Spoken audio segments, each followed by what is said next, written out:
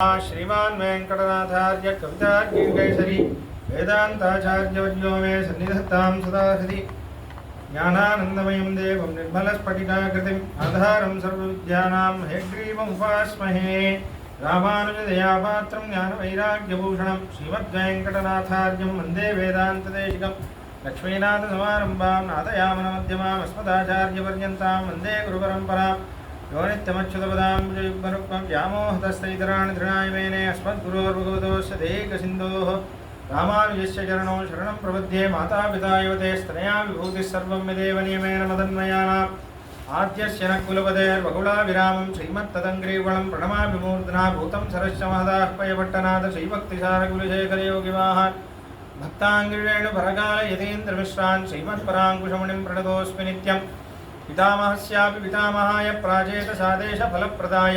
श्रीभाष्यकारोत्तमदेशिकाय श्रीशैलपूर्णाय नमो नमस्तात् कूजन्तं राम रामेति मधुरं मधुराक्षरमारुष्य कविताशाखां वन्दे वाल्मीकिकोकिलं वाल्मीकेर्मुनिसिंहस्य कवितावनचारिणः शृण्वन् रामकथानादं को न याति पराङ्गतिं यः पिबन् सततं रामचरितामृतसागरम् अतृप्तस्तं मुनिं वन्दे प्राचेतसमकल्मषम् गोष्पदीकृतवाराशिं मशकीकृतराक्षसं रामायणमहामालारत्नं वन्दे नीलात्मजम् अञ्जनानन्दनं वीरं जानकीशोकनाशनं कपीशमक्षहन्तारं वन्दे लङ्काभयङ्करं मनोजवं मारुततुल्यवेगं जितेन्द्रियं बुद्धिमतां वरिष्ठं वातात्मजं वानरयूथमुख्यं श्रीरामदूतं शिरसा नमामि उल्लङ्घ्य सिन्धोः सलिलं सलीलं यशोकवह्निं जनकात्मजायाः आदाय तेनैव ददाह लङ्कां नमामि तं प्राञ्जलिराञ्जनेयम् आञ्जनेयमतिपाटलाननं काञ्चनाद्रिकमनीयविग्रहं पारिजाततरुमूलवासिनं भावयामि पवमाननन्दनं यत्र यत्र रघुनाथकीर्तनं तत्र तत्र कृतमस्तकाञ्जलिं बाष्पवारि परिपूर्णलोचनं मारुतिं नमत राक्षसान्तकं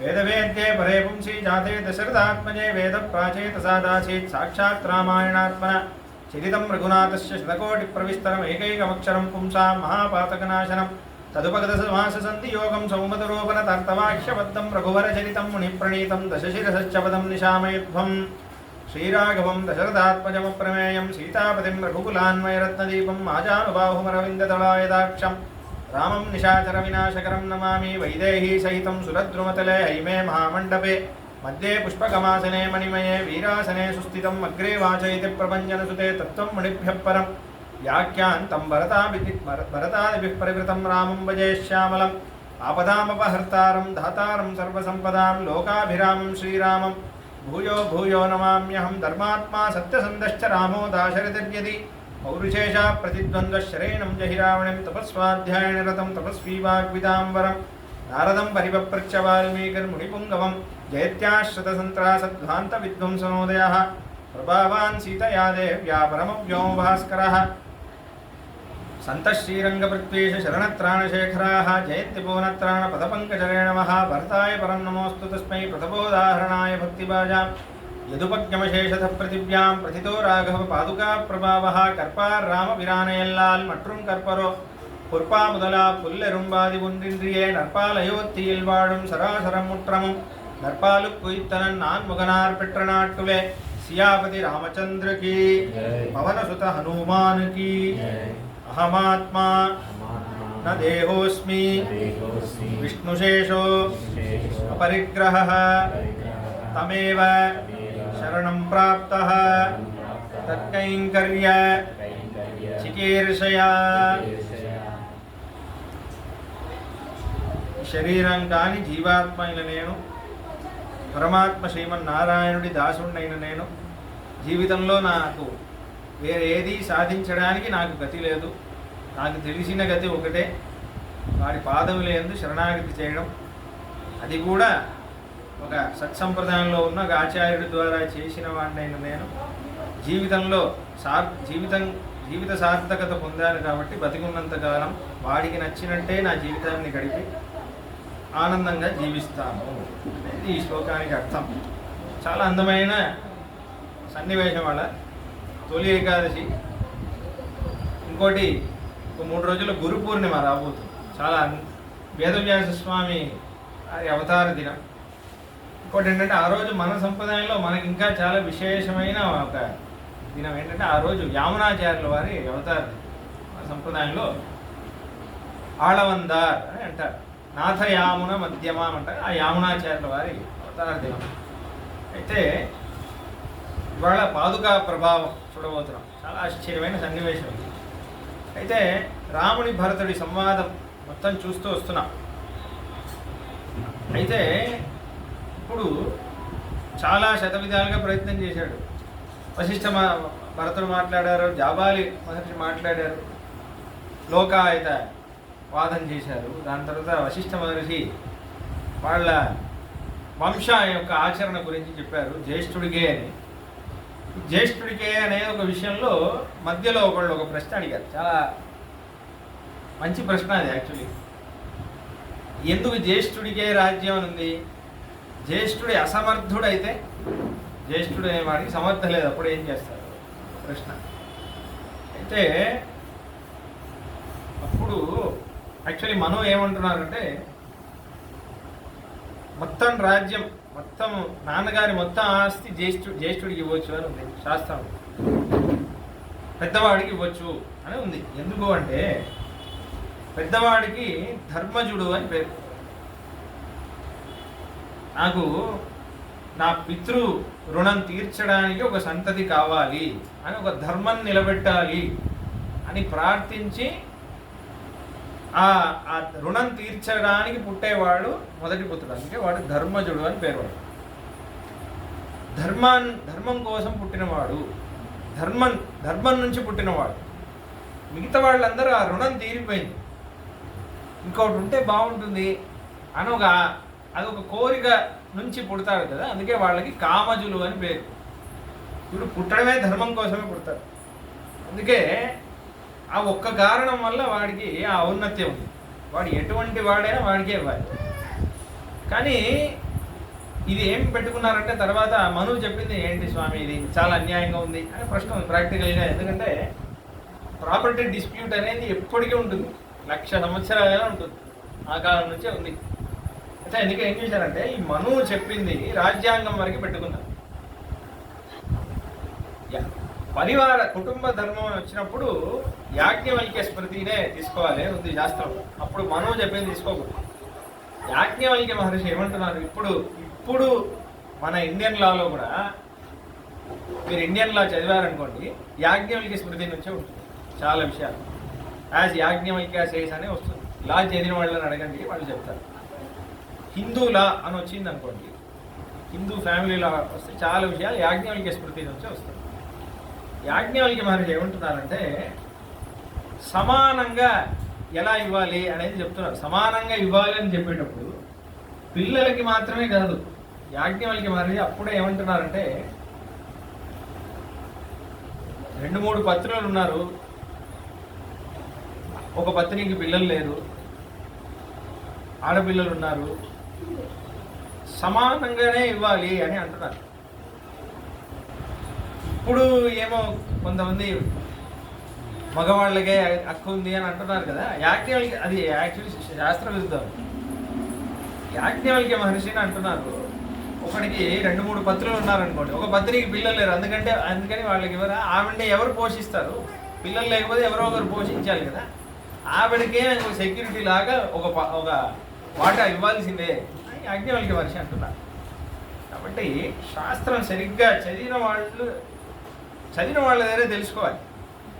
నేను బుక్ చేసి ధర్మశాస్త్రం చదువుతాను అంటే అది అర్థం కాదు. సూక్ష్మమైన ఆచార్యులను అడిగే తెలుసుకోవాలి మనం. అయితే ఇప్పుడు ఎందుకు ఈ విషయం చెప్తున్నానంటే జ్యేష్ఠుడికి అని ఒక ధర్మం ఉంది. ఇప్పుడు జ్యేష్ఠుడు అసమర్థుడైతే అంటే తమ్ముడు ఉన్నాడు, వాడికి సమర్థత ఉందనుకోండి, తమ్ముడు సాయం చేయాలి. తమ్ముడు సాయం చేయండి, వాడు అన్న రాజ్యంలో కూర్చొని నువ్వు సాయం చేయి కదా. అందరికీ అన్ని సామర్థ్యం ఉండదు. 4 పిల్లలు ఉన్నారనుకోండి, ఒక్కొక్కరికి ఒక్కొక్క సామర్థ్యం ఉంటుంది. అందరికీ సేమ్ సామర్థ్యం ఉంటుంది, ఒకరికి ఒక్కొక్క సామర్థ్యం వస్తుంది. వాడి పుణ్యపాప విశేషం, దాని తర్వాత పెద్దవాళ్ళ నుంచి వచ్చినవి కొన్ని, అలా చాలా విషయాలు ఉంటాయి. కాబట్టి జ్యేష్ఠుడికి పదవిలో వాడి ఒక మర్యాద వాడిని కూర్చోబెట్టేసి, యాక్చువల్లీ ఇది సూర్యవంశంలోనే జరిగింది. ఇక్ష్వాకు మహర్షి యొక్క పెద్ద కొడుకు కంటే వేరే కొడుకు చాలా సమర్థులుగా ఉండేవారు. కానీ వాళ్ళందరూ ఈ ధర్మం నిలబెట్టడం కోసం అన్నయ్య జ్యేష్ఠభ్రాత పితృసమహ అని అంటారు. అన్నయ్యని కూర్చోబెట్టేసి వీళ్ళు సహాయం చేశారు.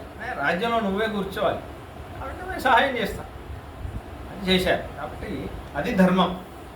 కాబట్టి ఆ ప్రశ్నకి జవాబు ఇదే. అయితే ముందుకు వెళ్తుంటే ఇప్పుడు దానికి రాముడు జవాబు చెప్పాడు. ఇప్పుడు భరతుడికి అర్థం కావట్లేదు ఏం చేయాలి అని. భరతుడు ప్రాయోపవేశం చేస్తానన్నాడు. నేను అగ్ని పెట్టి చిదిపి అంటించి దాంట్లో దూకేస్తాను అంటున్నాడు. ఇప్పుడు భరతుడికి అర్థం కావట్లేదు. ఎందుకంటే ఆ రాజ్యాన్ని భరతుడు వెళ్ళలేదు. ఇక్కడ భరతుడిది మీరు అర్థం చేసుకోవాల్సింది ఏంటంటే భరతుడు పంథం కాదు, నేను ఆ పంథాన్ని నెగ్గాలి రాముడిని అలా కాదు. మనస్ఫూర్తిగా భరతుడు ఆ రాజ్య సింహాసనంలో కూర్చోలేడు. ఎందుకంటే అది అన్నయ్యది, అన్నయ్య ప్రభు నేను దాసుణ్ణి ఆ భావంలోనే ఉన్నాడు.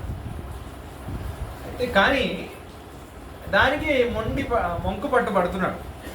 ఎలాగైనా రావాల్సింది, నాకు అవన్నీ తెలియదు, నువ్వు రావాల్సిందే చేస్తున్నాడు. కానీ అంటే దీనికి శరణాగతి కూడా చేస్తున్నాడు. ఇట్లా చాలా విషయాలు ఉన్నాయి. శరణాగతి చేస్తే స్వామి రక్షిస్తాడంటున్నారు కదా, మళ్ళీ శరణాగతి చేస్తే కూడా స్వామి రక్షించట్లేదేంటి, చెప్తే చేయాలి కదా అంటే భగవంతుడి సంకల్పానికి విరుద్ధంగా మీరు శరణాగతి చేశారంటే అది శరణాగతే కాదు. మీరు అది అర్థం చేయాలి. ఎందుకంటే శరణాగతిలో 5 అంగాలు ఉన్నాయి. 5 మనస్సులో 5 భావాలు ఉంటేనే శరణాగతి అంటారు దాన్ని. అనుకూల్యస్య సంకల్ప, ప్రాతికూల్యస్య వర్ధనం, రక్షిష్యతీతి విశ్వాస, గోప్తృత్వ వర్ణం తథా ఆత్మనిక్షేప కార్పణ్యే షడ్విధ శరణాగతి అని అంటున్నారు. 5 అనుకూలస్య సంకల్పం ముందు, నేను ఎవరి దగ్గర శరణాగతి చేస్తున్నానో వాడికి అనుకూలంగా నా వ్యవహారం ఉంటుంది, నా నడవడి ఉంటుంది అనేది మొదటిది. నీ కాళ్ళు పట్టుకుంటాను కానీ నీకు అనుకూలంగా నేను ఉండను, నీ కాళ్ళు పట్టుకొని నిన్నే చంపేస్తానంటే అది శరణాగతి కాదు. దాని తర్వాత ప్రాతికూల్యస్య వర్జనం, నీ శరణాగతి చేస్తాను, నీకు ఏది నచ్చదో అది నేను చేయను. ఇది 2 ముఖ్యం. మిగతాది తర్వాత చూద్దాం, శరణాగతి విషయం వస్తున్నప్పుడు చెప్తాను. ఇప్పుడు ఇప్పుడు రాముడు ఆల్రెడీ దేవతలకి ఒక శరణాగతి అభయం ఇచ్చాడు. దేవతలు ఏమడిగారు, రావణాసురుడిని చంపాలి అన్నారు కదా, అయితే చంపాలి అనేసాడు. ఇప్పుడు రాముడు వెళ్ళాలి. ముందు వాళ్ళు శరణాగతి చేశారు కదా, ఫస్ట్ వాళ్ళు శరణాగతి చేసేసారు కాబట్టి ఆ క్రమంలోనే కదా భరతుడు రావాలి. ఇప్పుడు రాముడికి ఒక ధర్మ సంకటమైన సిచ్యువేషన్. రాముడేమో వెళ్ళాలి, ఎందుకంటే దేవతలకి అభయం ఇచ్చాడు.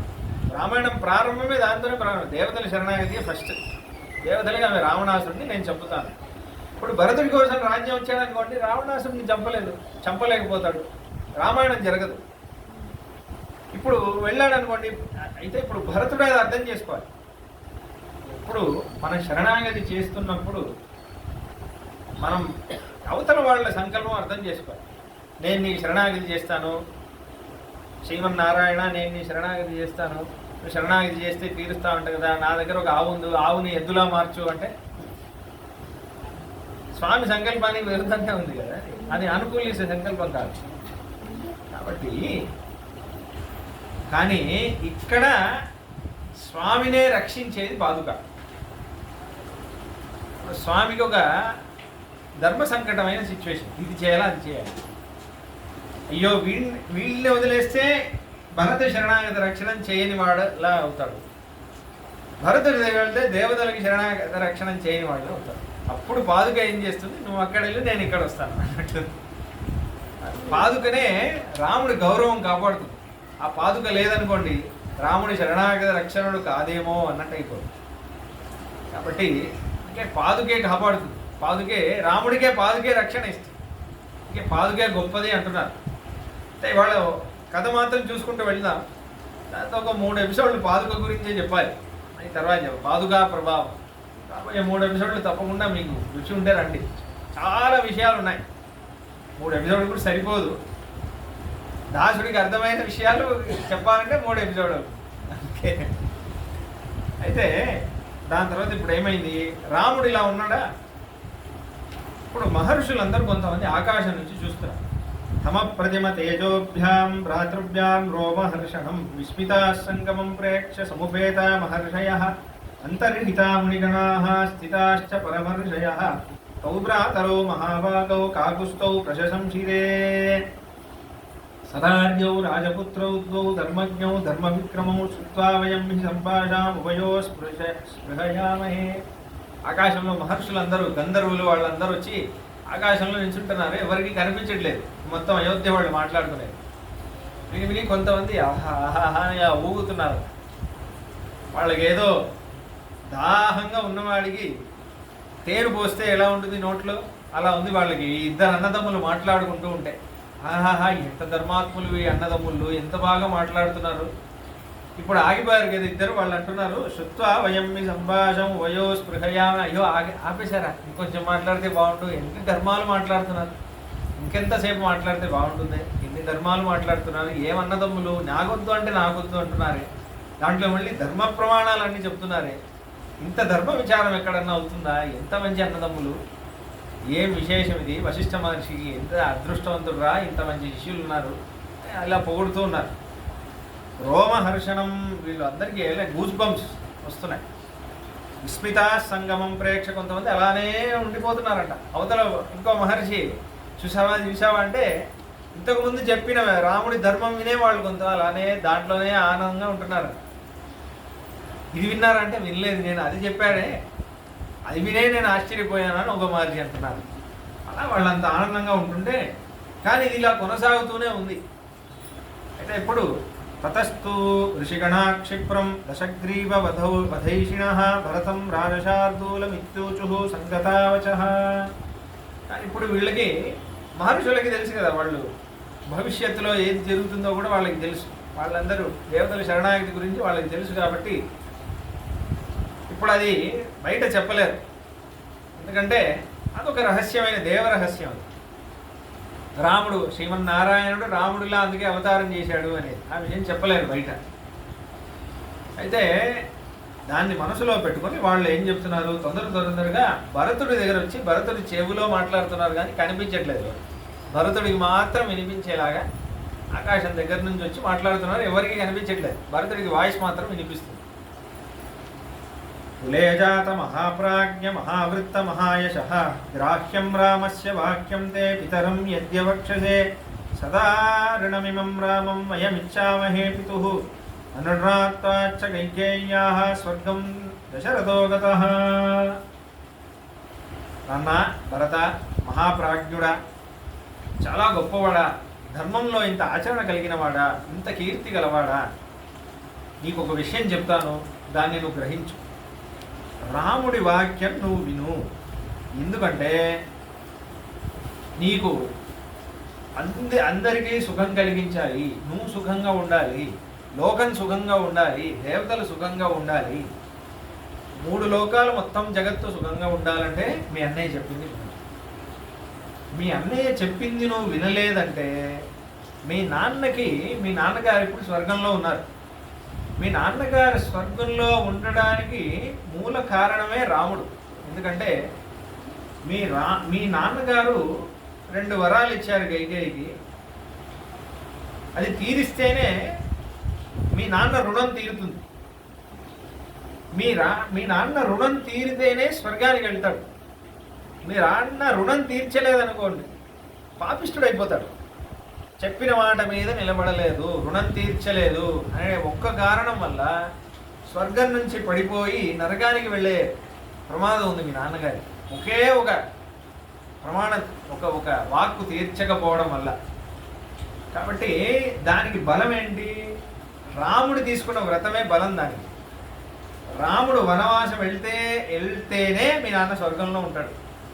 కాబట్టి నువ్వు రా తిరిగి వచ్చి అంటున్నావే, వచ్చాడంటే మీ నాన్న పడిపోతాడు. మీ నాన్న పతనానికి నువ్వు కారణం అవుతావు. కాబట్టి నువ్వు మంచిది చేస్తా అనుకొని మీ నాన్నకు కూడా ఇదే కావాలి అనుకొని నువ్వేదో అనుకుంటున్నావు. కానీ మీ నాన్నకి ఎవడైనా కొడుకు నా వల్ల మా నాన్న స్వర్గం నుంచి కింద పడి నరకానికి వెళ్ళాలి అని అనుకుంటాడా? ధర్మజ్ఞుడైన కొడుకు మా నాన్న ఎలాగైనా ఉన్నత గతి పొందాలి అనే కదా అనుకుంటాడు.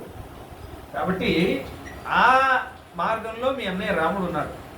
నువ్వు కూడా మీ అన్నయ్య చెప్పింది వినేసి మీ అన్నయ్యని వనవాసం వెళ్ళనివ్వు. ఎందుకో నీకు చెప్పలేం. మీ అన్నయ్య వనవాసం వెళితేనే లోక కళ్యాణం జరుగుతుంది. కాబట్టి మీ అన్నయ్య వనవాసం వెళ్ళి నువ్వు తిరిగి అయోధ్యకి వెళ్ళిపో అని అంటున్నారు. ఏతదుక్త్వా వచనం గంధర్వా సమహర్షయ రాజర్యశ్చైవ తథా సర్వే స్వాం స్వాం గతిం గతా అని చెప్పేసి అందరూ వెళ్ళిపోయారు. ఈ విధంగానే శ్లాదితస్తేన వాక్యేన శుశుభే శుభదర్శనః రామః సంపృష్టవదనః తాన్ ఋషీన్ అభ్యపూజయత్. త్రస్తగాత్రస్తు భరతః సవాచా సజ్జమానయాః కృతాంజలిరిదం వాక్యం రాఘవః పునరబ్రవీత్. త్రస్తగాత్రస్తు భరతః. ఈ విధంగానే చాలా దిగులు పుట్టేయిందంట భరతుడికి. ఏమి, నేను ఇది అడిగానంటే మా నాన్నగారు పతనం చెందుతారా? అయ్యో అది చాలా ఘోరమైన పాపం కదా, నేను ఇది చేస్తే పాపం అవుతుందా అని కొంచెం భయం ఏర్పడి వెంటనే రాముడి దగ్గరే శరణాగతి చేస్తున్నాడు. చాలా గాత్రస్తు, చాలా భయంతో వణుకుతూ ఉన్న ఒక గాత్రం, ఒక టోన్తో సవాచ సజ్జమానయ, చేతులు వణుకుతూ అన్నయ్య దగ్గర అంజలి ఘటిస్తూ యథా అంజలిదం వాక్యం రాఘవం పునరబ్రవీత్. అలా వెళ్ళి రాముడి కాళ్ళు పట్టుకుంటూ ఏడుస్తూ ఒక వణుకుతో ఉన్న ఒక గొంతుతో కంఠంతో రామధర్మమిదం ప్రేక్ష కులధర్మానుసంతతం కర్తుమర్హసి కాకుస్త మమ మాతుశ్చయాచనం. అన్నయ్య, నువ్వు నేను చెప్పిందంతా మర్చిపోయి మా అమ్మ యాచించిన ఆ కోరికని నెరవేర్చు, కానీ నాకు ఒక గతి చూపించు అన్నయ్య అని అంటున్నావు. నాకు కూడా ఒక గతి చూపించు. నువ్వు అమ్మ అడిగిన కోరికే నెరవేర్చాలనే విషయం నాకు అర్థమైంది, కానీ నాకు కూడా ఒక గతి చూపించు అని శరణాగతి చేస్తున్నాను. రక్షితుం సుమహద్రాజ అహమేకస్తు నోత్సహే పౌరజానపదాశ్చాపి రక్తాన్ రంజయితుం సదా. ఎందుకంటే అన్నయ్య, నేను రాజ్యం అయితే వెళ్ళలేదు. నేను తిరిగి వెళ్ళిపో అంటున్నాను. నువ్వు వనవాసం వెళ్తావంటే వెళ్ళు, నేను తిరిగి వెళ్ళిపోమంటే నేను వెళ్ళిపోతాను, కానీ నేను రాజ్యం అయితే వెళ్ళలేను. నీ ప్రజలు, నీ రాజ్యం, నిన్నే ఇష్టపడేవాళ్ళు, నాకంత అర్హత లేదు, నేను వెళ్ళలేను అన్నయ్య. కాబట్టి జ్ఞాతయశ్చాపి యోధాశ్చ మిత్రాని సుహృదశ్చనః త్వామేవ హి ప్రతీక్షంతే పర్జన్యమివ కర్షకా.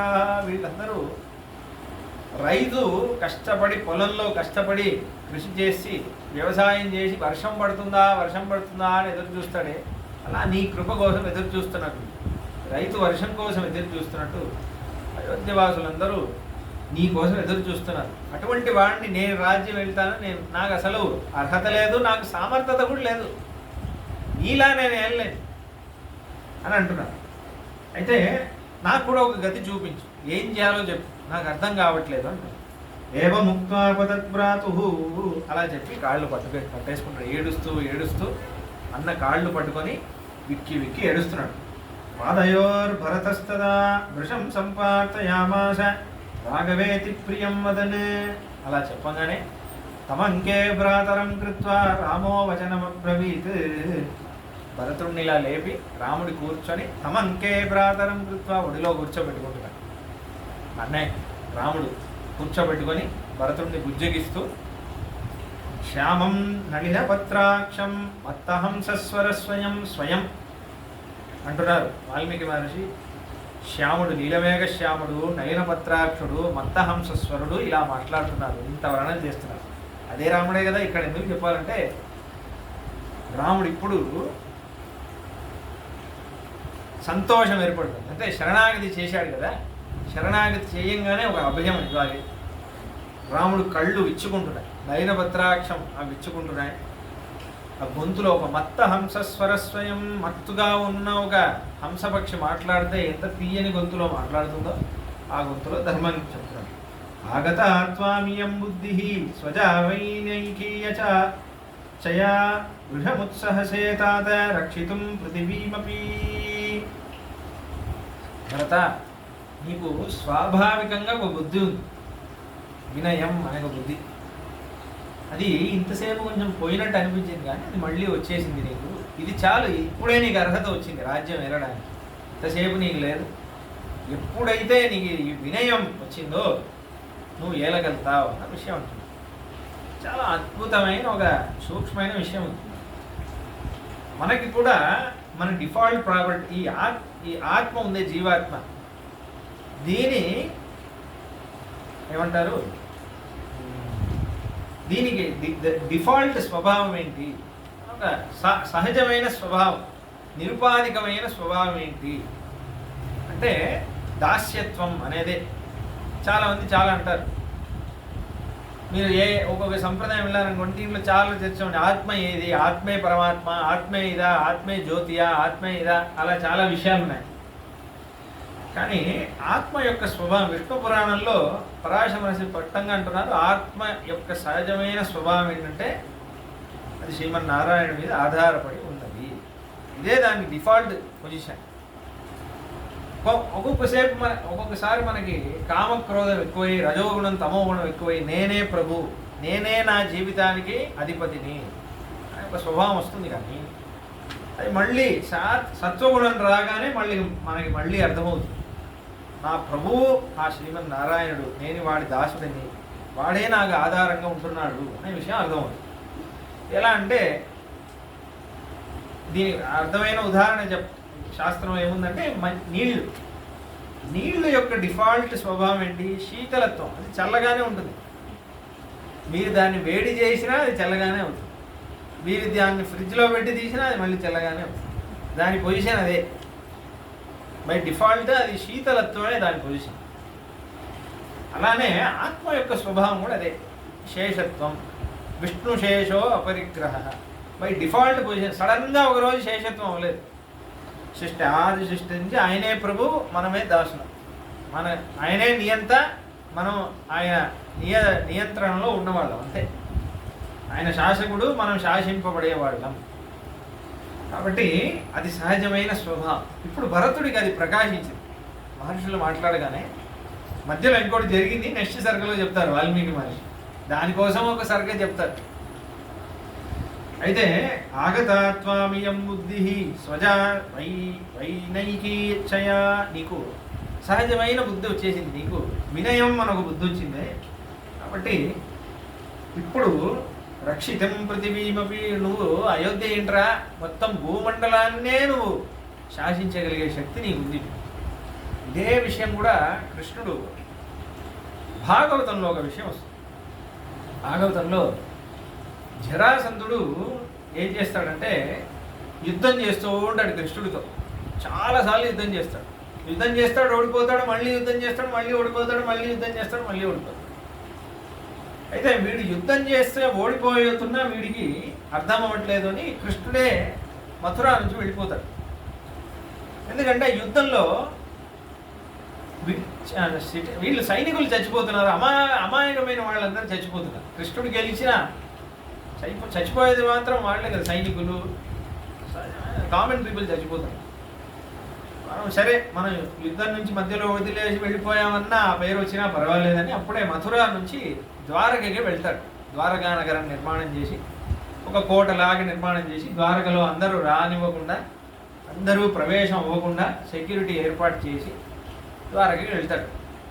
చాలాసార్లు చెప్పాను విషయం.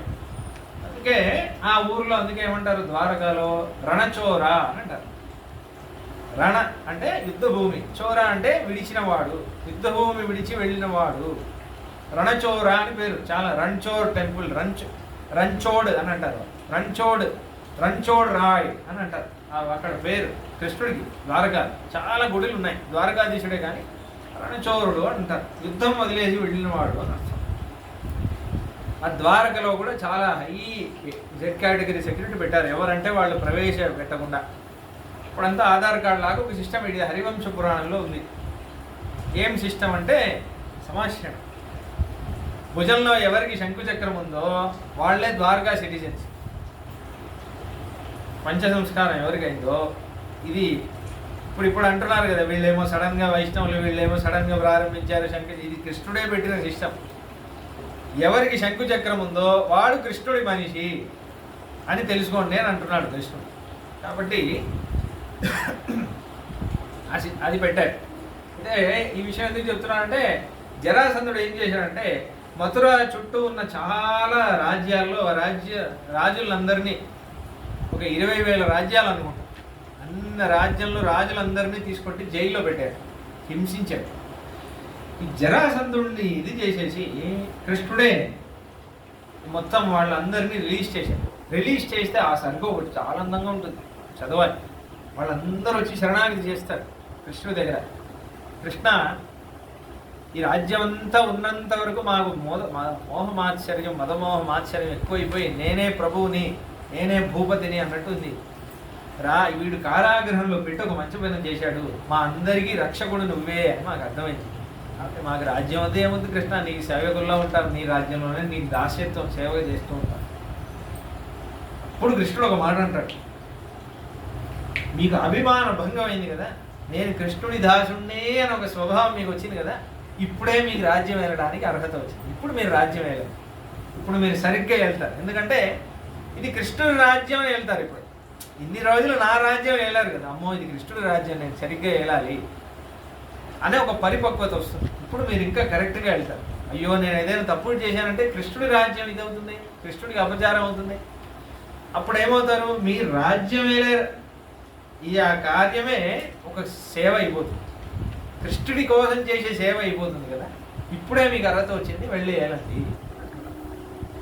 ఈ విషయమే గోదాదేవి తిరుపావేలో అంగన్మా న్యాలత్తరసర్ అభిమాన భంగమాయి వందనిన్ మళ్ళీ కట్టిల్. పెద్ద పెద్ద మహారాజులందరూ అభిమాన భంగమై నీ కాళ్ళ దగ్గర వచ్చి శరణాగతి చేసినట్టు నేను వచ్చాను అనే విషయం చెప్తుంది. ఎక్కడి నుంచి చెప్తుంది ఈ విషయం?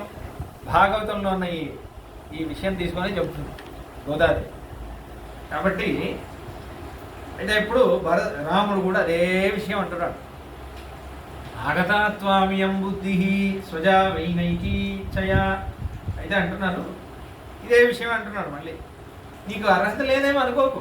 అమాత్యైశ్చ సహృద్భిశ్చ బుద్ధిమద్భిశ్చ మంత్రిభిః. అమాత్యులు రిలేటివ్స్ ఉన్నారు, సహృద్భి ఫ్రెండ్స్ ఉన్నారు, మన మంత్రులు ఉన్నారు, మహర్షులు ఉన్నారు, గురువులు ఉన్నారు. సర్వకార్యాన్ని సంమంత్ర్య మహాంత్యపిహికారయ. వాళ్ళు సహాయం చేస్తారు, నువ్వే చేయాలని ఏం లేదు. వాళ్ళు already Ayodhya can take care of it self. మంచి రాజ్యం ఏంటంటే ఒకటి మీద డిపెండ్ అయి ఉండకూడదు. ఏదైనా సరే, ఏ సంస్థానం అయినా సరే, అయ్యో ఆయన లేదంటే ఆ సంస్థానం లేదండి అన్నారనుకుంటే అది మంచి సంస్థానం కాదని అర్థం.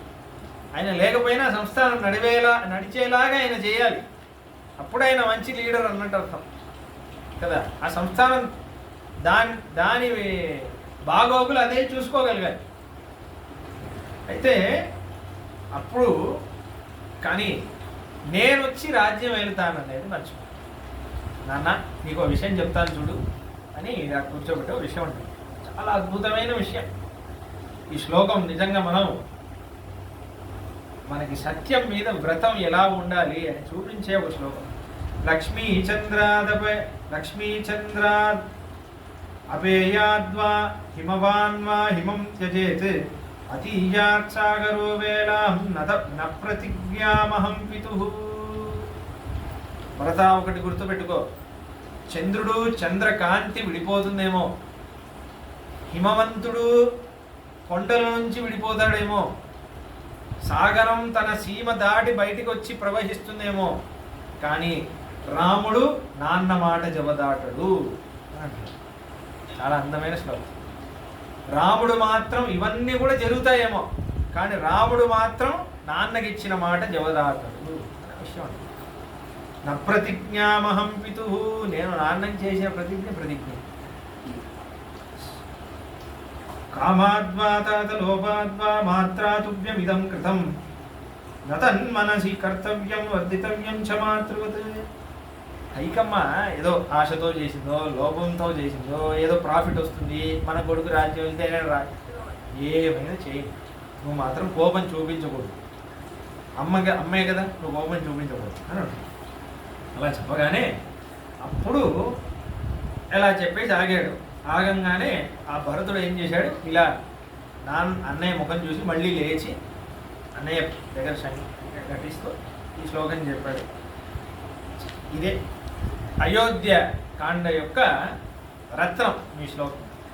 అధిరోహార్య పాదాబ్జాం పాదుకే హేమభూషితే ఏతే హి సర్వలోకస్య యోగక్షేమం విదాస్యతః.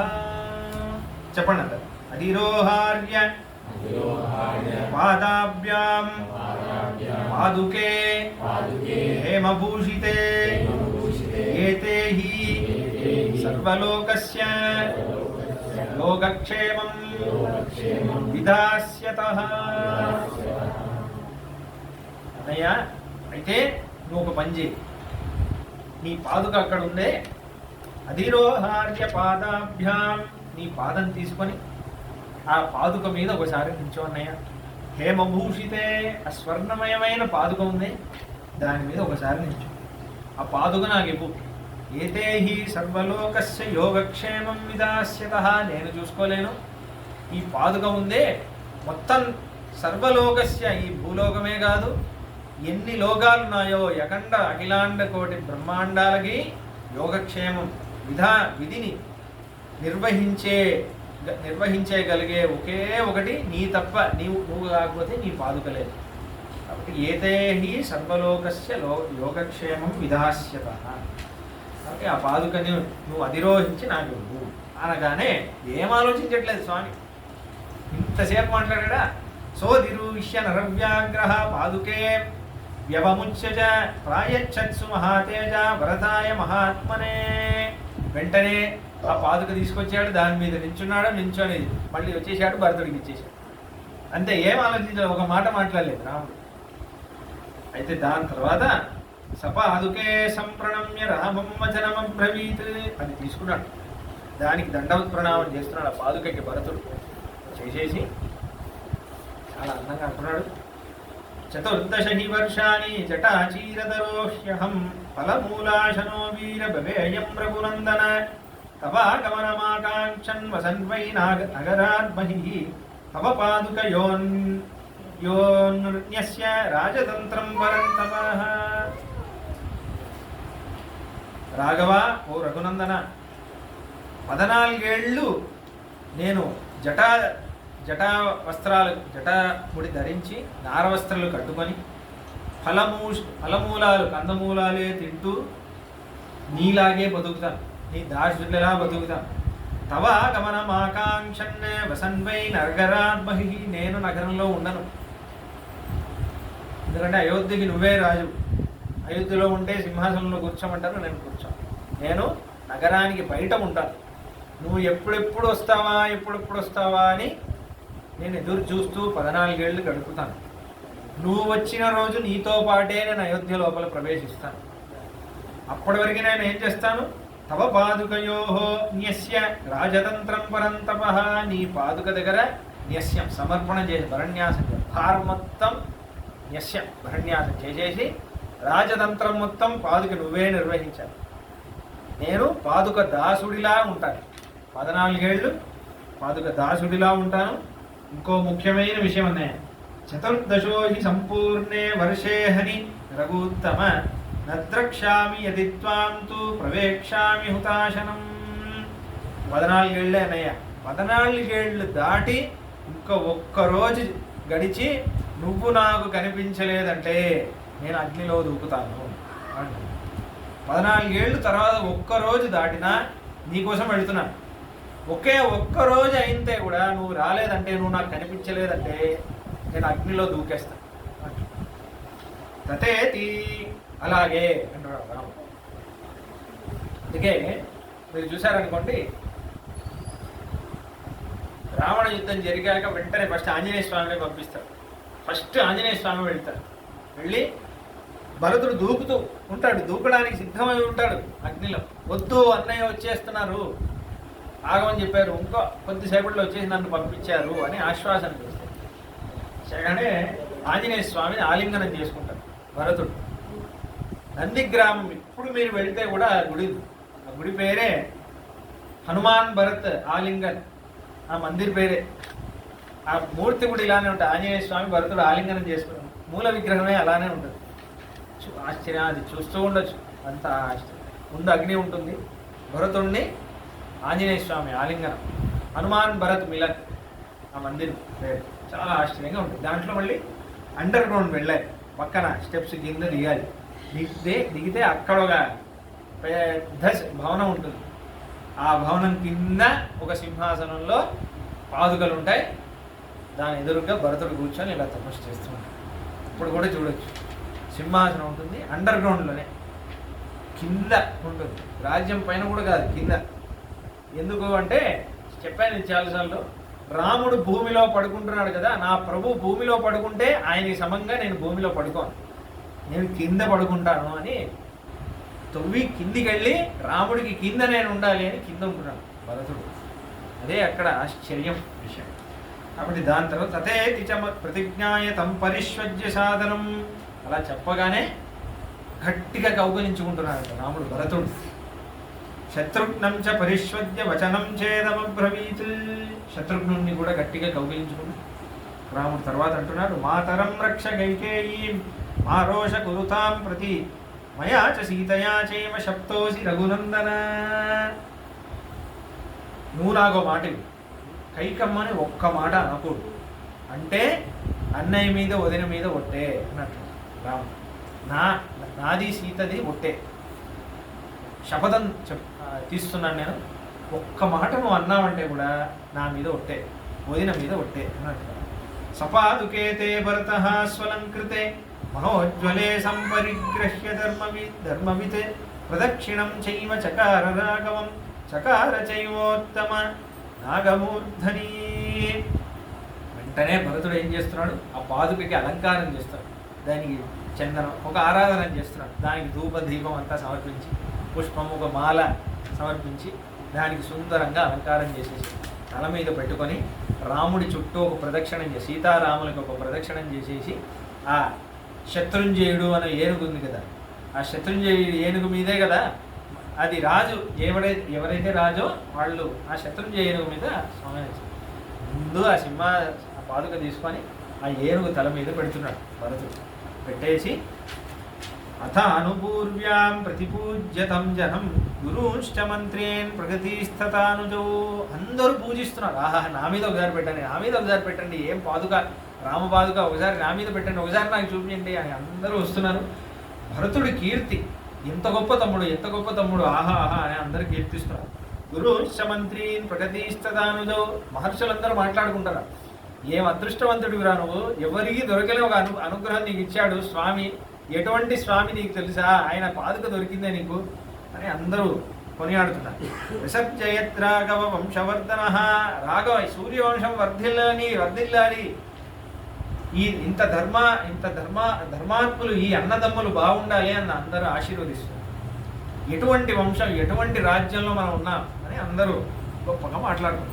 స్థితస్వధర్మే హిమవానివాచల, వీళ్ళందరూ హిమవంతుడు హిమాలయ పర్వతాలు ఎలా స్థిరంగా కదలకుండా ఉన్నారో ఈ సూర్యవంశాలు ఆనే ఉండని అని అందరూ జేజేలు పలుకుతున్నారు. తమ్మాతరో బాష్ప గృహీత కంట్యో దుఃఖేన నామంత్రయితుం శేకు సచైవ మాతృన్ అభివాద్య సర్వ యుతన్ కుటీస్వాం ప్రవివేశ రామ. అందరూ బయలుదేరుతున్నారు. కైకమ్మ చూసి రాముడిని ఇలా పట్టుకుందంట, రాముడిని ఒకసారి కౌగిలించుకుందంట. సుమిత్ర కైకేయి అందరూ ఏడుస్తున్నారు. అమ్మల్ని ముగ్గురు అమ్మలకి ఇది వీడ్కోలు పలికేసి రాముడు కంటతడి పెట్టుకుంటూ ఏం మాట్లాడకుండా వాళ్ళ వైపు చూడకుండా మెల్లగా ఆశ్రమంలోకి వెళ్ళిపోతున్నారు. ఎందుకంటే ఉండేంతవరకు వాళ్ళు వెళ్ళరు, ఇంకా రాముడు ముందు వెళ్ళిపోతే వాళ్ళు వెళ్ళిపోతారు. అందుకే రాముడు ఏడ్చుకుంటూ వీళ్ళకి ఇంత కష్టం వచ్చిందే అని రాముడు కుటీరంలోకి వెళ్ళిపోతే వాళ్ళు రాముడినయ్య కుటీరాన్నే చూసుకుంటూ నడిచి చిత్రకూటం విడిచి అలా వాళ్ళు వెళుతున్నారు అనేది ఈ సరిగా. దీని తర్వాత తతశిరసి కృత్వాదు పాదుకే భరతః సదా ఆరురోహ రథం హృష్టః శత్రుఘ్న సహితస్తదా. శత్రుఘ్నుడితో పాటు ఆ పాదుకని తతశిరసి కృత్వాదు పాదుకే భరతస్తదా ఆరురోహ రథం హృష్టః, రథం ఎక్కుతున్నాడు. హృష్ట సంతోషంగా హమ్మయ్య అన్నట్టు వెళుతున్నాడంట. శత్రుఘ్న సహితస్తదా. పాదుకా శాసనంలో చాలా విషయాలు ఉన్నాయి పాదుక గురించి చెప్పడానికి. వేదాంతేశి స్వామి ఎన్నో విషయాలు చెప్తున్నారు. దాంట్లో ఇవాళ ఒక 3 విషయాలు చెప్తాను. అయితే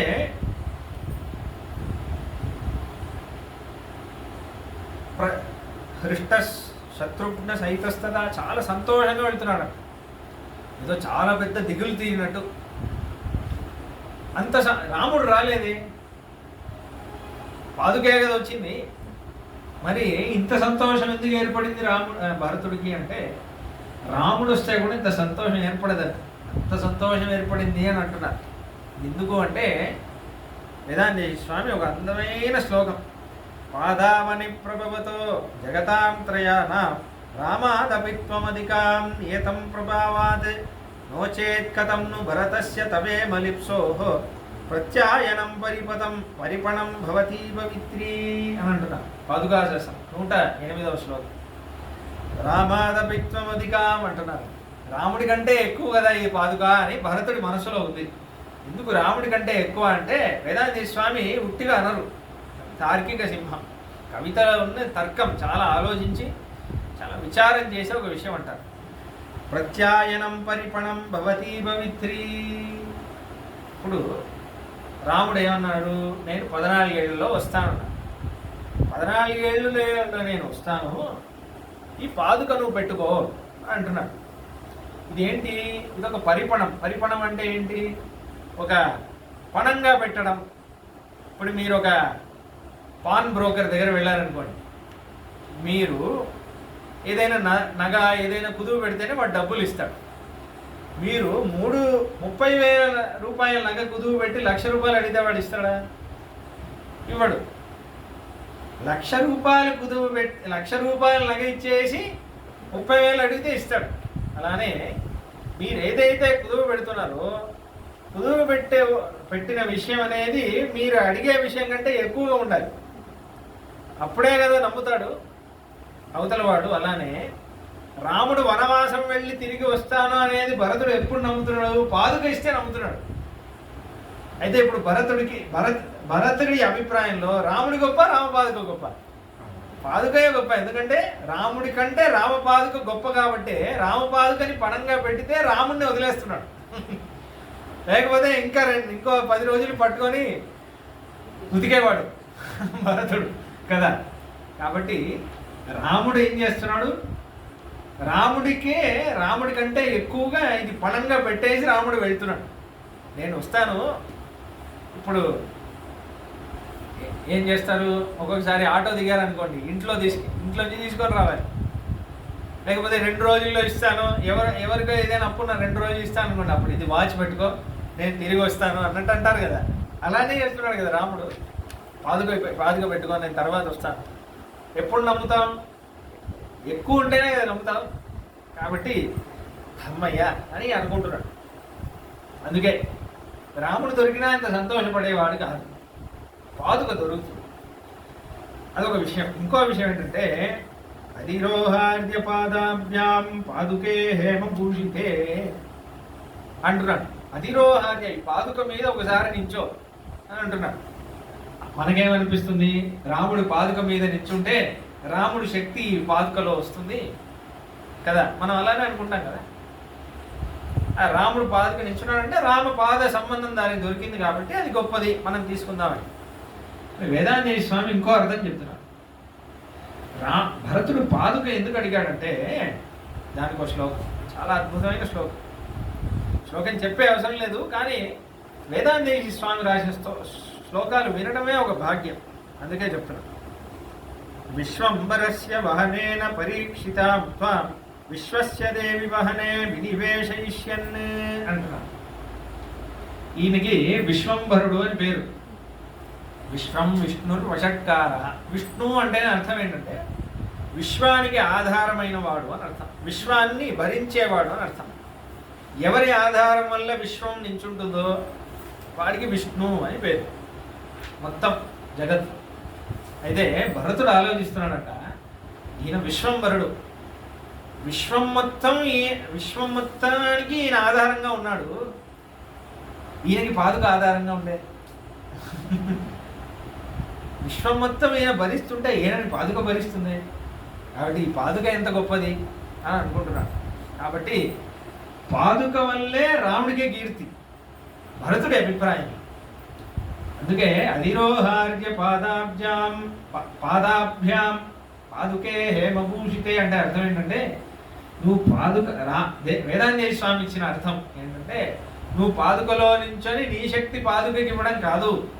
నువ్వు ఇప్పుడు చాలా రోజులు నడిచి పాదుక లేకుండా, ఇన్ని రోజులు పాదుకతో నడిచావు, ఇకపైన పాదుక లేకుండా నడిచి చాలా ఇవన్నీ చేయాలి కదా. నీకు పాదుక ఉండదు.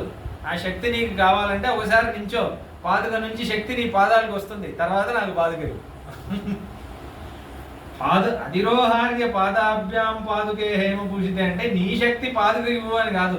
పాదుక శక్తి నువ్వు తీసుకొని పాదుకకి ఇవ్వు, నాకు పాదుక ఇవ్వు. ఇక పాదుక శక్తి నీకు కావాలి, నాకు పాదుక ఉంటే చాలు. ఎందుకంటే నిన్ను భరించేది అదే కదా అనే విషయం.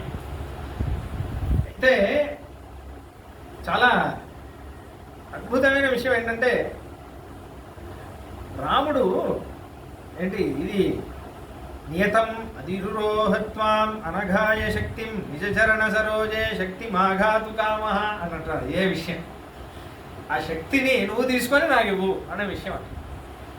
అయితే ఇప్పుడు చాలా ఇప్పుడంతా సహజంగా ప్రశ్న వస్తుంది, ఏంటి పాదుక అంటే ఏంటి, అది చిన్న ఏదో చెక్కతో చేసింది, రాముడు దానికి పోయి అంత ఉంటుందా అనే విషయం అడుగుతారు చాలామంది. ఇప్పుడంతా ఏదో చెక్కతో చేసిందే కదా, దానికి పోయి అంత విషయం ఉంటుందా అంటే, యాక్చువల్లీ అధిరోహార్య పాదాభ్యాం పాదుకే హేమభూషితే దగ్గర కూడా చాలామంది ఏమొస్తారు, పాదుక ఎలా వచ్చింది, ఇంతసేపు పాదుక ప్రస్తావన రాలేదు, సడన్గా పాదుక ఎలా వచ్చింది అనే విషయం. భరతుడు తీసుకొచ్చాడా? భరతుడు తీసుకుడు రాలేదు. ఒకవేళ అన్నయ్య కన్విన్స్ కాకపోతే అలా రాలేదు కదా. ఎలాగైనా రాముడిని తీసుకెళ్దాం ప్లాన్ బితో రాలేదు. రాముడు రావడం ఒకటే ప్లాన్ భరతుడికి. అయితే రాముడు అన్నీ వదిలేస్తున్నాడు, రాజ్యం వదిలేస్తున్నాడు, బంగారం వదిలేస్తున్నాడు, నగలన్నీ వదిలేస్తున్నాడు, అన్నీ వదిలేస్తున్నాడు. కానీ పాదుక మాత్రం వేసుకొని వస్తున్నాడు. ఈ పాదుక మనకు ఉండని, తర్వాత ఒక పెద్ద కార్యం ఉంది దీంతో, ఇదే నన్ను కాపాడుతుంది అని పాదుక మాత్రం వేసుకొని వస్తున్నాడు. ఆ పాదుకే, రాముడి పాదుకే అదే అడుగుతున్నాడు భరతుడు. అందుకే ఈ పాదుక చరిత్ర అనేది ఉంది, ఒక కథే ఉంది దీనికి. పాదుకే రాముడి ప్రతినిధిగా పాదుక కాపాడుతుంది. ఒకసారి ఏమైందంటే, ఇక్ష్వాకు మహారాజా ఉన్నప్పుడు ఒక విషయం జరిగింది. రంగనాథ స్వామి వీళ్ళ కులదైవం. రంగనాథ స్వామి వారికి ఆరాధన చేస్తున్నారు. శ్రీరంగంలో ఉన్న రంగనాథ స్వామి వారికి ఇక్ష్వాకునే భూలోకానికి తెచ్చాడు బ్రహ్మలోకం నుంచి. అయితే ఇక్ష్వాకు ఆరాధన చేస్తుంటే ఒకసారి షఠుడు అని ఒక అసురుడు, రాక్షసుడు, షఠుడు అని పేరు, మాయావేషంలో ఉంటాడు. వాడు ఏం చేశాడంటే, రంగనాథ స్వామి వారికి అని పక్కన నగలన్నీ తీసుకుపెట్టారు. ఒక ఉత్సవం, ఇక్ష్వాకు మహర్షి బ్రహ్మోత్సవం ఏదో చేస్తున్నారు. ఆ టైంలో వీడు ఒక నగని దోచుకొని, చాలా అందమైన ఒక నగని దోచుకొని మారువేషంలో చేసి వెళ్ళిపోతున్నాడు. వెళ్ళిపోతే ఆ నగ కనిపించట్లేదు. కనిపించకపోతే వీడికి అర్థం కాదు, ఇక్ష్వాకు మహారాజాకి అర్థం కాలేదు ఏం చేయాలి అని తెలియనప్పుడు అప్పుడు రంగనాథ స్వామికి ప్రార్థించాడు, రంగనాథ ఈ నగని నువ్వే తీసుకు ఇవ్వాలి అని. అప్పుడు రంగనాథ స్వామి ప్రతినిధిగా రంగనాథ స్వామి పాదుక వెళ్ళి, ఒక స్త్రీ, ఒక దేవి రూపంలో వెళ్ళి వాడిని వెంటాడి వెళ్తుంటే వాడు ఒక అరణ్యంలో దాక్కున్నాడు, ఒక చెట్టులో మారిపోయాడు. అప్పుడు ఆవిడ ఏం చేసింది, అగ్ని ఆ మొత్తం అరణ్యాన్ని కాల్చేసి వాడిని కూడా కాల్చిపడేసి ఆ నగ తీసుకొచ్చి మళ్ళీ ఇక్ష్వాకుకి ఇచ్చింది. మళ్ళీ ఆ పాదుక రంగనాథ స్వామి వారి దగ్గర వెళ్ళింది అని ఒక వృత్తాంతం ఉంది. ఇది ఎక్కడ ఉందంటే పాంచరాత్రంలో ఉంది, పాంచరాత్ర సంహితలలో ఉంది. ఇది కరెక్ట్గా ఏ సంహితలో ఉంది అని నేను చాలా విద్వాంసుల్ని ఒక 3 సంవత్సరాల నుంచి అడుగుతున్నాను. కరెక్ట్ రిఫరెన్స్ దొరకట్లేదు, కానీ ఇది పాంచరాత్రంలో ఉంది అని ప్రాచీనమైన వ్యాఖ్యానాల్లో ఉంది. ఉదాహరణకి పాదుకా శాస్త్రానికి 26వ శ్లోకం వ్యాఖ్యానంలో నమ్మాండవన్ అని ఒక స్వామి ఆయన వ్యాఖ్యానం చేశారు పాదుకా శాస్త్రంలో. ఆయన ఈ విషయం చెప్తున్నారు, షఠాన్ని హరించింది, షఠాసురుడు అనే అసురుణ్ణి పాదుక హరించింది కాబట్టి దానికి షఠారి అని పేరు. పాదుక షఠారి షఠారి అంటారు కదా, అందుకే షటకోపం అని కూడా, షటం అనే అసురుడి మీద కోపించింది, షటకోపం ఆ పేరే మళ్ళీ నమ్మాడు వారికి ఆ పేరే వచ్చింది. అయితే ఇప్పుడు తర్వాత ఏమైంది, అందుకే ఈ పాదుక అనేది స్వయంగా రక్షించగలిగే సామర్థ్యం ఉంది దానికి, అదేదో చెక్కతో చేసింది కాదు. అందుకే మన సంప్రదాయంలో పాదుకారాధన అనేది చాలా గొప్ప ప్రక్రియ. ఇప్పుడు కూడా ఆచార్యుల వారి దగ్గర వెళ్ళి వారి పాదుక తీసుకుంటారు. ఇప్పుడు కూడా వాళ్ళ పాదుక తీసుకోవచ్చు, మనం తీసుకొని ఇంట్లో పెట్టుకొని పూజ చేయొచ్చు. అది దాంట్లో పద్ధతులు అన్నీ ఉన్నాయి. మఠం అహోబిల మఠం పద్ధతి ఏంటంటే ద్వాదశి రోజు చేస్తారు. ఏకాదశి ఉపవాసం ఉంటారు కదా, ద్వాదశి రోజు ఆ ఉపవాసం బ్రేక్ చేసేటప్పుడు ఏదైనా ఉన్నతమైన తీర్థం తీసుకొని బ్రేక్ చేయాలి. ఆచార్య పాదుకా తీర్థం తీసుకొని ఆ వ్రతం ఇది చేసేసి దాని తర్వాత అన్నం తింటారు. అదొక ఇదిగా ఉంది. ద్వాదశి పాదుకారాధన చేయాలి అని. ఆండవనాశ్రమం అటువంటి సంప్రదాయాల్లో పాదుకా సంప్రదాయం ప్రతిరోజు పాదుగా ఉంటుంది. ఇప్పుడు కూడా ఆండవనాశ్రమం వెళ్ళారనుకోండి, మన గుడి ఆండవనాశ్రమం సంప్రదాయం. ఆండవన్ స్వామి దగ్గర వెళ్ళారనుకోండి, మీరు ఇప్పుడు తీర్థగోష్ఠి అవుతుంది కదా, పొద్దున తీర్థగోష్ఠిలో ఇస్తున్నారంటే 13 తీర్థాలు ఇస్తారు. ఏమాత్రం బడలిగా కొంచెం కూడా విసుక్కోకుండా తీర్థగోష్ఠి అయిపోయాక కూడా మీరు తర్వాత తీర్థం ఇవ్వండి అంటే మీరు ఒక తీర్థం అనుకుంటారు, వాళ్ళు 13 తీర్థాలు ఇస్తారు. ఒక్కొక్క తీర్థం ఇస్తారు. ఎందుకు అంటే ఒకటి భగవంతుడి తీర్థం, ఇంకోటి ఇంతకుముందు 12 ఆండవన్ స్వాములు ఉన్నారు. వాళ్ళ పాదుకలన్నీ ఉంటాయి. ఏంగా ఒక్కొక్క పాదుకా తీర్థం ఇస్తారు. మొదటి ఆండవన్ పాదుకా తీర్థం, రెండో ఆండవన్ పాదుకా తీర్థం, అలా 12 ఆండవన్ పాదుకా తీర్థాలు ఇస్తారు. అది సంప్రదాయం వాళ్ళు ఇప్పుడు కూడా ఇస్తారు. అయితే మధ్యలో ప్రశ్న, ఈ పాదుకారాధన ఏంటో వీళ్ళు ఏదో సడన్గా పెట్టుకున్నారు కొత్తగా అని చాలామంది అంటున్నారు. వీళ్ళు ఇప్పుడు మన సంప్రదాయంలో ఉంది ఈ విషయం. యామరాచార్యుల వారు అని చెప్పాను కదా, వారి అంతిమ దశలో వారు ఇలా ఇంకా కొంతసేపట్లో వైకుంఠం వెళ్తారు అనేటప్పుడు ఒక వృత్తాంతం అది రికార్డ్ అయి ఉంది. మన గురు పరంపర ప్రభావంలో ఈ విషయం రికార్డ్ అయి ఉంది. పడుకోనున్నప్పుడు వాళ్ళ ఆచార్యులు ఆయనకు తాతగారు అవ్వాలి, నాథముని అని పేరు. మా నాథముని, నేను నిత్యం ఆరాధించే నాథముని పాదుకల్ని తీసుకొచ్చి నా తల మీద పెట్టండి అని ఆయన చెప్పినట్టు ఒక స్టేట్మెంట్ రికార్డ్ అయింది. దీంతో ఏం తెలుస్తుందంటే యామనాచార్యుల వారు డైలీ ఆచార్య పాదుక ఆరాధన చేశారు అనే విషయం మనకి స్పష్టంగా తెలుస్తుంది. కాబట్టి ఇది అనాది కాలంగా ఉన్న సంప్రదాయం. ఇప్పుడు కూడా ఆచార్యులనే కాదు, ఎవరైనా గొప్ప భాగవతులు ఉంటే వాళ్ళ పాదుక కూడా తీసుకోవచ్చు, ఇంట్లో పూజ చేయొచ్చు. కానీ ఆచార్యులు అనేవారు చాలా భాగవతుల్లో చాలా గొప్ప పొజిషన్లో ఉన్నవారు కాబట్టి వారి పాదుకని పూజ చేయడం అనేది చాలా విశేషమైన ధర్మం, శిష్యుడిగా ఇంకా ధర్మం. అందుకే శిష్యుడి ఇంట్లో పాదుక ఉండాలి అని చాలా అది ఇదిగా పెట్టుకున్నాం. అయితే ఇప్పుడు అందుకే పాదుక ఆరాధన అనేది దానికి మూలం ఎక్కడ అంటే, ఇంతకుముందు ఉందో లేదో అని తెలిసినా మనకి డౌట్ ఉన్నా భరతుడు తీరుస్తున్నాడు ఆ డౌట్ని. భరతుడి నిత్యం ఆరాధన తీరుస్తున్నాడు. అంటే భరతుడు ఇప్పుడు రథం ఎక్కాడు, శత్రుఘ్నుడితో పాటు రథం ఎక్కుతున్నాడు. వశిష్ఠో వామదేవశ్చ జాబాలిః చ దృఢవ్రతః అగ్రత ప్రయేయుః సర్వే మంత్రిణో మంత్రపూజితాః మందాకినీం నదీం రమ్యాం ప్రాముఖాశ్చ యేయుస్తత ప్రదక్షిణం చ కుర్వాణః చిత్రకూటం మహాగిరిం. బయలుదేరారు. భరతుడు రథంలో వెళ్ళాడు. పాదుక ఇలానే అయోధ్య వరకు ఇలానే పెట్టుకున్నాడంట. పాదుక ఇలానే పెట్టుకునే వెళ్తున్నాడు పాదుకని.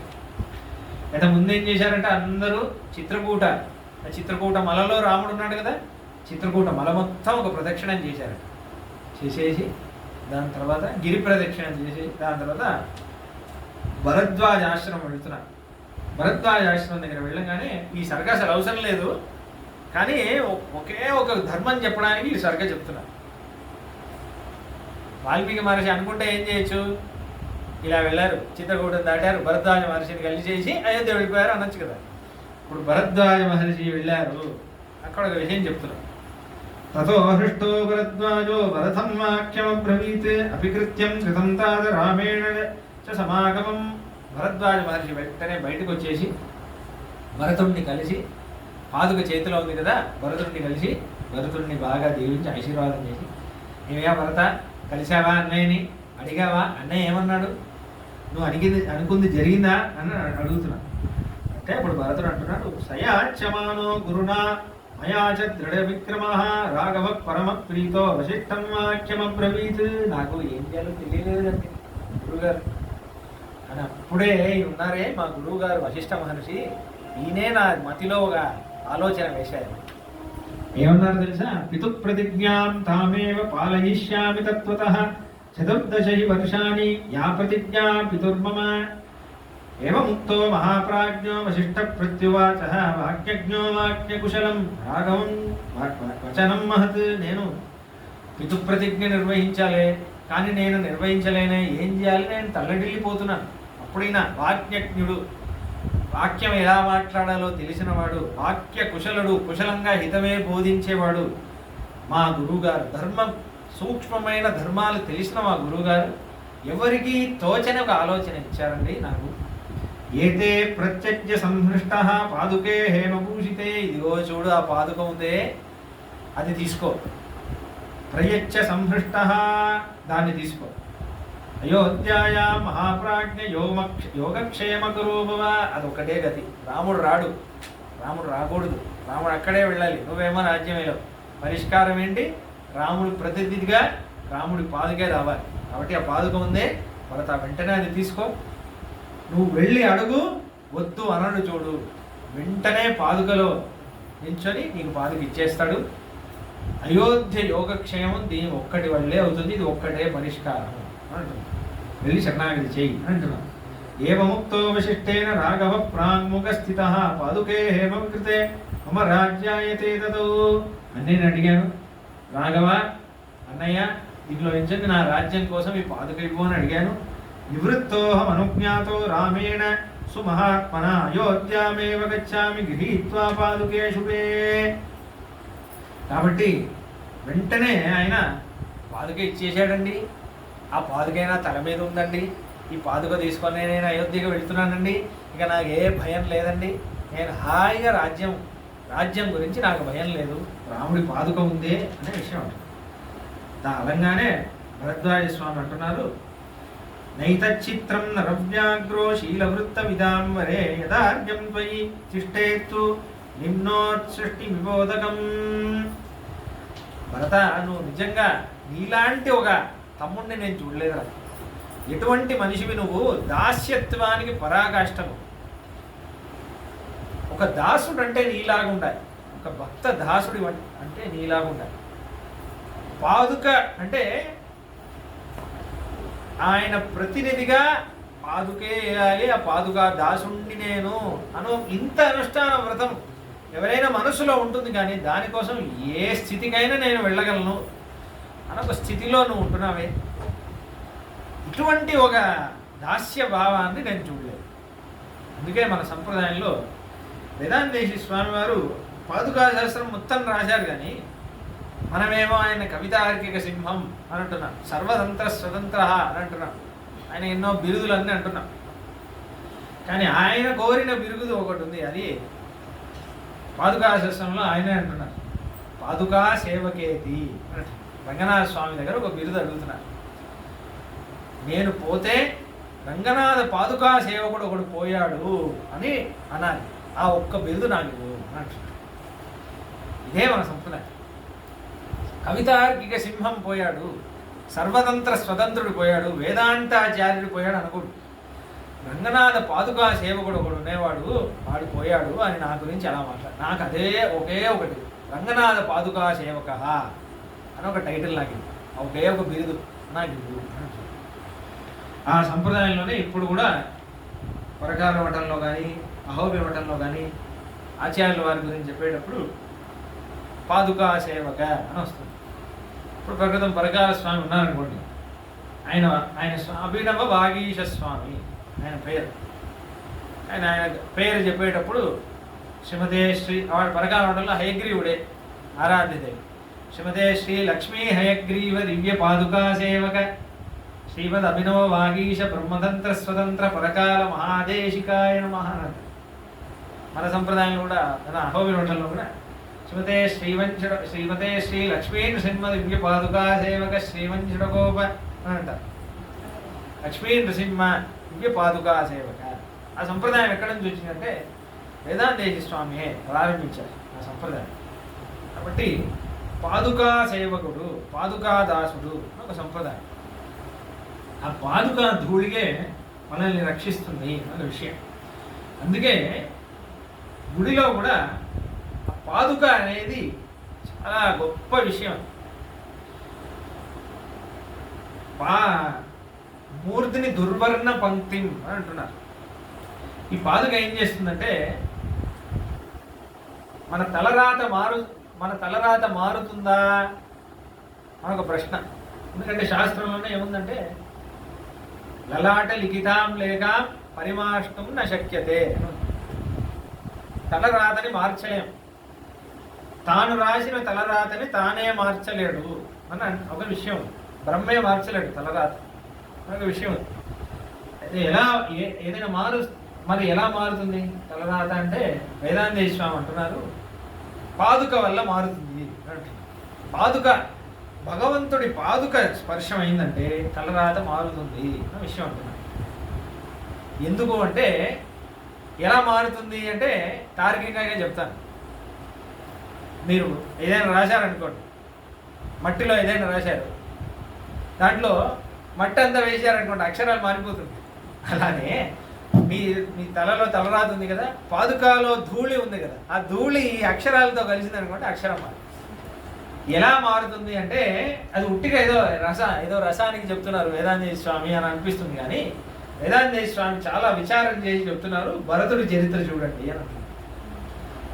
భరతుడిని అందరూ తిట్టుకున్నారు. భరతుడిని అందరూ తిట్టుకున్నారు. ఎవరెవరు తిట్టారు? లక్ష్మణుడు తిట్టాడు, దశరథుడు తిట్టాడు, కైకేయి కూడా అర్థం చేసుకోలేదు భరతుడిని. తలరాతే భరతుడు చేయని తప్పుకి భరతుడి మీద నింద వచ్చింది. చూసారా దుర్మార్గుడు, అన్నయ్యను వనవాసం పంపించాడు అని అందరూ అంటున్నారు. ఎప్పుడైతే పాదుక తల మీద వచ్చేసిందో ఆహా భరతుడు ఎంత గొప్పవాడు, ఇంత గొప్ప తమ్ముడిని భరద్వాజ మహర్షి అంటున్నారు. నీలాంటి ఒక వాడిని చూడలేదయ్యా, భూమిలోనే నీలాంటి వాడు లేడు అని అంటున్నారు. పాదుక పెట్టుకున్న వాడిని తలరాత మారిపోయింది కదా. ఎవరి వల్ల మారింది? పాదుకా స్పర్శం అవ్వగానే తలరాత మారింది. కాబట్టి వేదాంతేశ్వరం అంటున్నారు. కాబట్టి రంగనాథ నాకు ఒకే ఒక గతి ఏంటి తెలుసా? అందుకే మనకంటున్నారు మీకు తలరాత మారాలనుందా, డైలీ శ్రీమన్నారాయణుడి గుడికి వచ్చి ఒకసారి షఠారి పెట్టుకోండి చాలు. ఆయన పాదుకా స్పర్శం అయిందంటే చాలు, మీ తలరాత మారుతుంది, అంటే మంచిదే అవుతుంది. కాబట్టి అందుకే డైలీ ఒకసారి వచ్చి షఠారి తీసుకొని వెళ్ళి.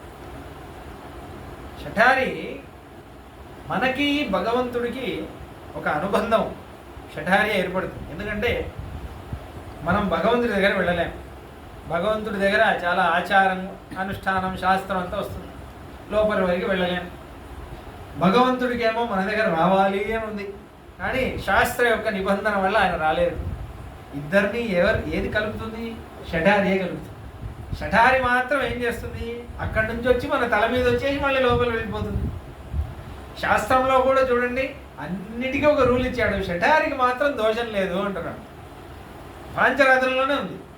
షఠారి మాత్రం అందరూ స్పర్శం చేయొచ్చు, షఠారికి ఏ దోషం లేదు అని విషయం. అయితే షఠారి కూడా చూశారనుకోండి, ఇది కిరీటం రూపంలోనే ఉంటుంది. ఇది నేను ఒక ఉపన్యాసం చెప్పాను ఇంతకుముందు, అల్వాల్లో చెప్పాను. ఈ కిరీటం రూపంలో ఉంటుంది. నాకు చాలా రోజుల నుంచి ఇది పాదుకంటే పాదుకలాగా ఉండాలి కదా, అది కిరీటం రూపంలో ఉంది. అదొక కిరీటం రూపంలో ఉంటుంది, పైన పాదుక అలానే కదా ఉంటుంది. ఎందుకు అలా ఉంది అని నేను చాలా మందిని అడిగాను. అడిగితే ఒక స్వామి అన్నారు, ఒక గుడిలో, మన్నార్ గుడిలో ఒక అర్చక స్వామి, ఆయన మాట్లాడుతూ అప్పుడప్పుడు సందేహాలన్నీ అడుగుతుంటారు అని చెప్పారు. ఆయన ఏమన్నారంటే ఇది ప్రమాణం కాదు, ఇది ప్రామాణికంగా ఇదే సత్యం అని నేను చెప్పలేదు, దీనికి రుజువు ఏం లేదు.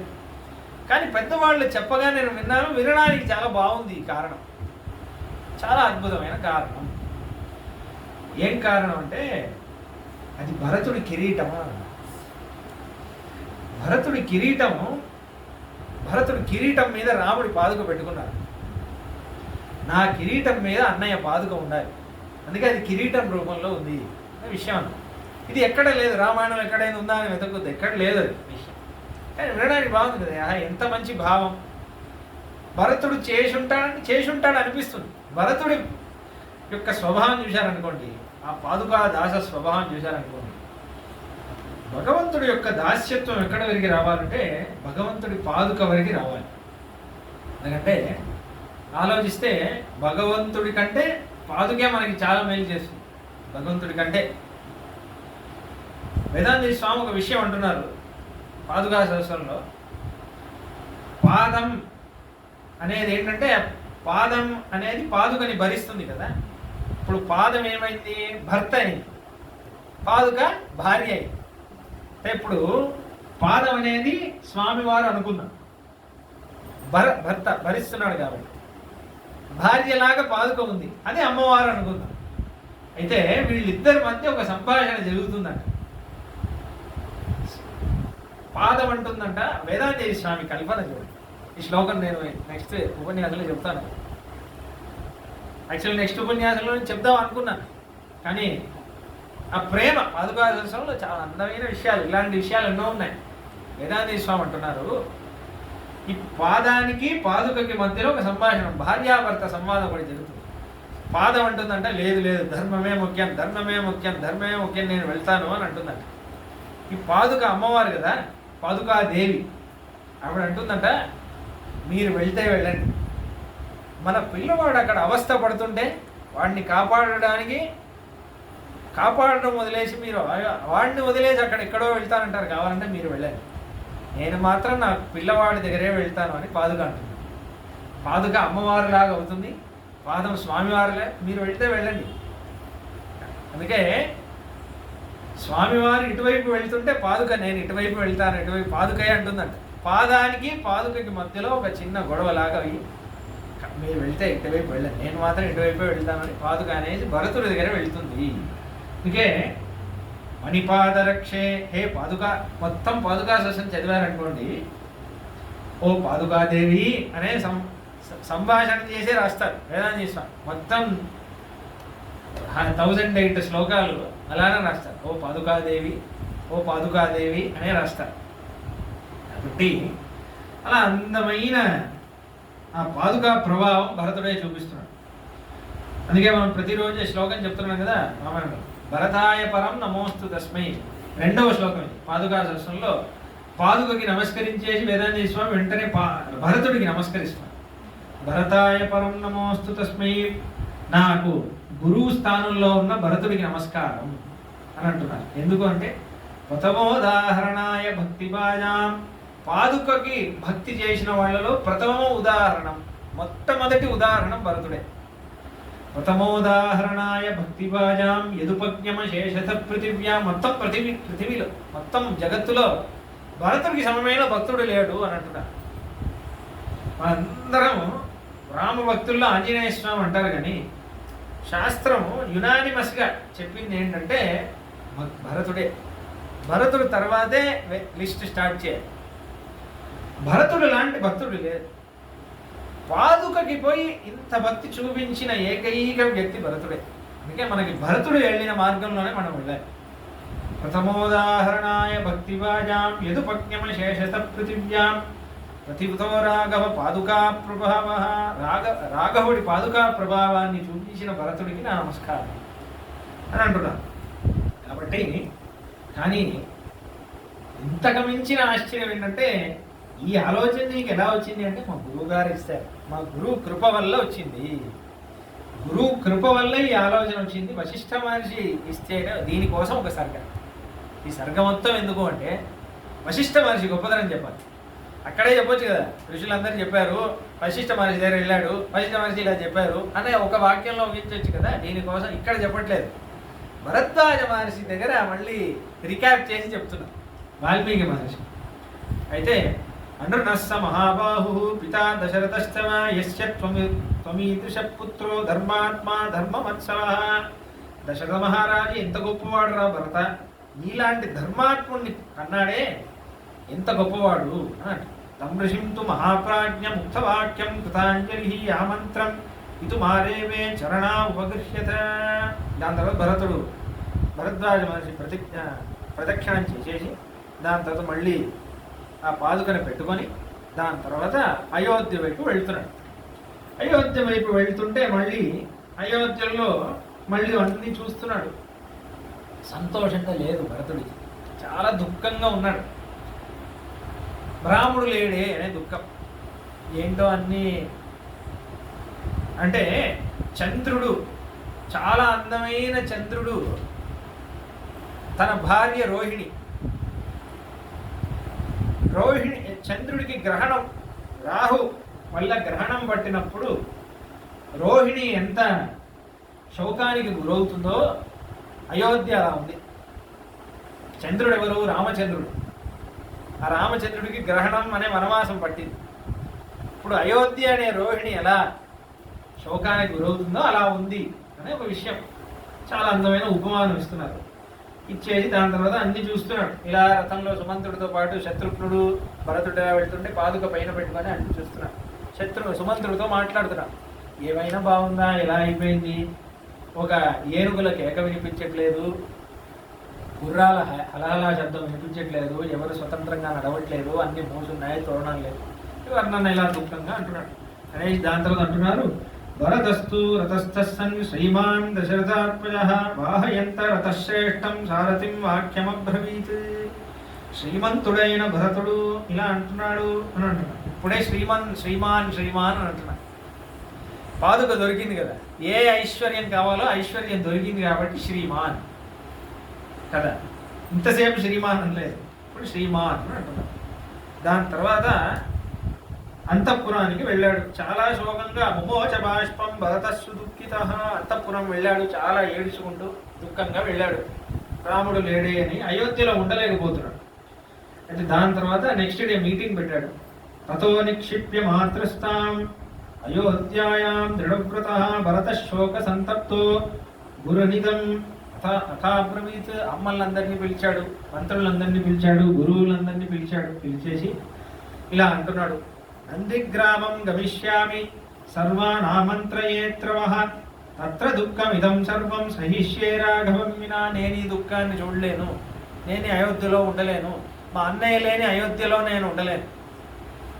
అన్నయ్యే కూర్చోవాలి సింహాసనంలో, నేను కూర్చోలే, నేను ఉండలేను. కాబట్టి నేను నందిగ్రామం వెళ్ళిపోతున్నాను. పక్కనే నందిగ్రామం ఉంది.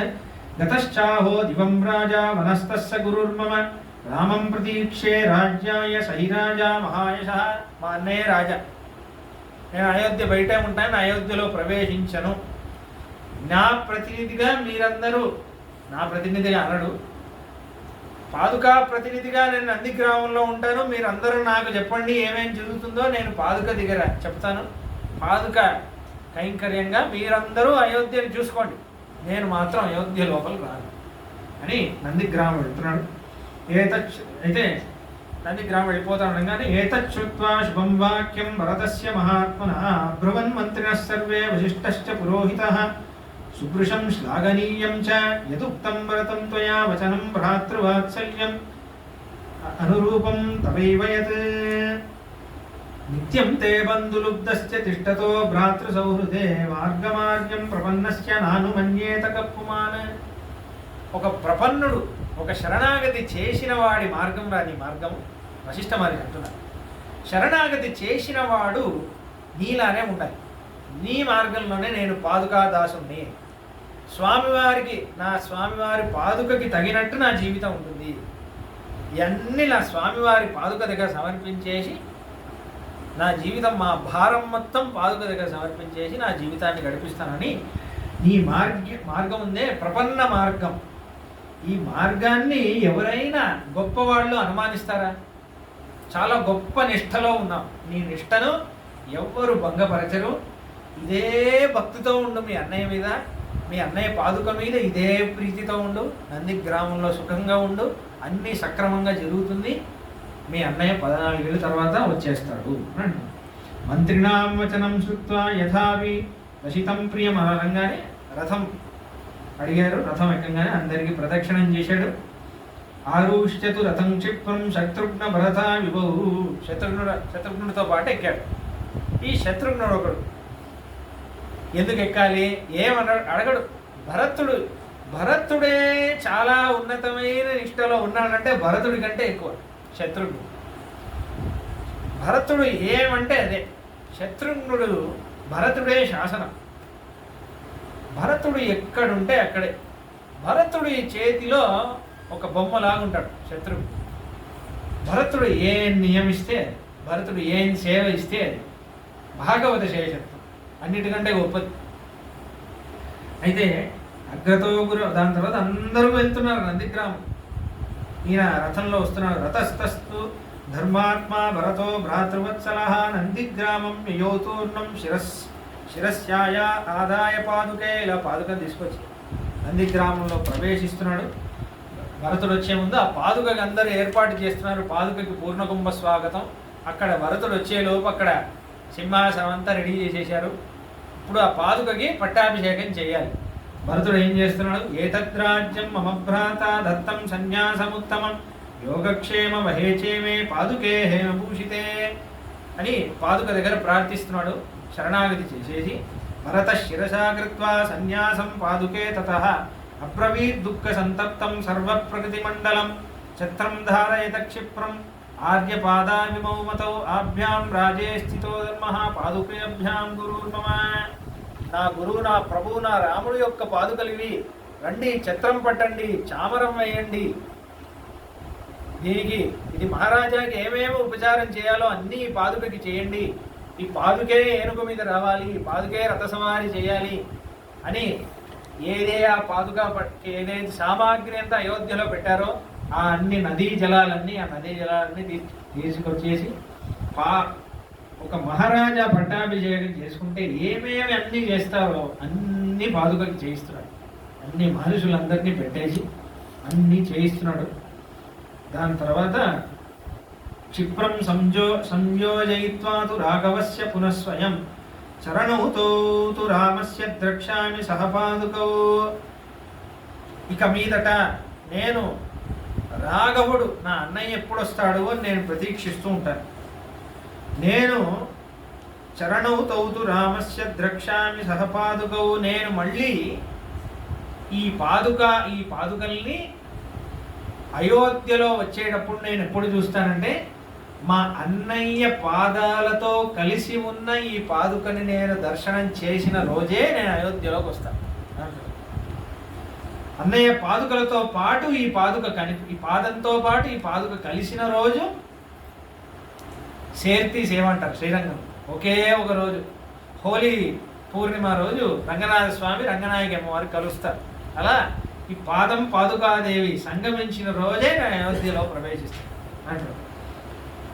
దాని తర్వాత అంటున్నారు తతో నిక్షిప్త భారోహం రాఘవేన సమాగతః నివేద్య గురవే రాజ్యం అజిష్యే గురువర్తితాం.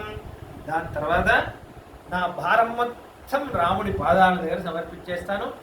రాముడి పాదుకతో రాముడు ఉంటాడు కదా, రాముడి కైంకర్యం చేసుకుంటూ రామదాసుడిగా నేను నా జీవితం, రాముడు రాగానే రాముడి దగ్గర ఈ భారం సమర్పించేసి నా జీవితాంతం నేను రామదాసుడిగా, రామ పాదుకా దాసుడిగా నేను నా జీవితాన్ని కొనసాగిస్తాను విషయం అంటున్నారు. దాని తర్వాత అభిషిక్తే తు కాకుస్థే ప్రహృష్టముదితే జనే ప్రీతిర్మమేశ్చైవ భవేద్ రాజ్యాచ్చ చతుర్గుణం. అందరూ చాలా అందంగా పట్టాభిషేకం చేస్తున్నాడు. దాని తర్వాత మళ్ళీ జటాముడి ధరిస్తున్నాడు. మాట ఇచ్చినట్టు నారవస్త్రం అంతా కట్టుకుంటున్నాడు. నందిగ్రామంలో వ్రతుడుగా ఉంటున్నాడు. సైన్యంతో పాటు మొత్తం నందిగ్రామంలోనే ఒక క్వార్టర్స్ నిర్మాణం చేసుకొని అన్నీ చేస్తున్నాడు. దాని తర్వాత రామాగమనమాకాంక్షన్ భరతో భ్రాతృవత్సల.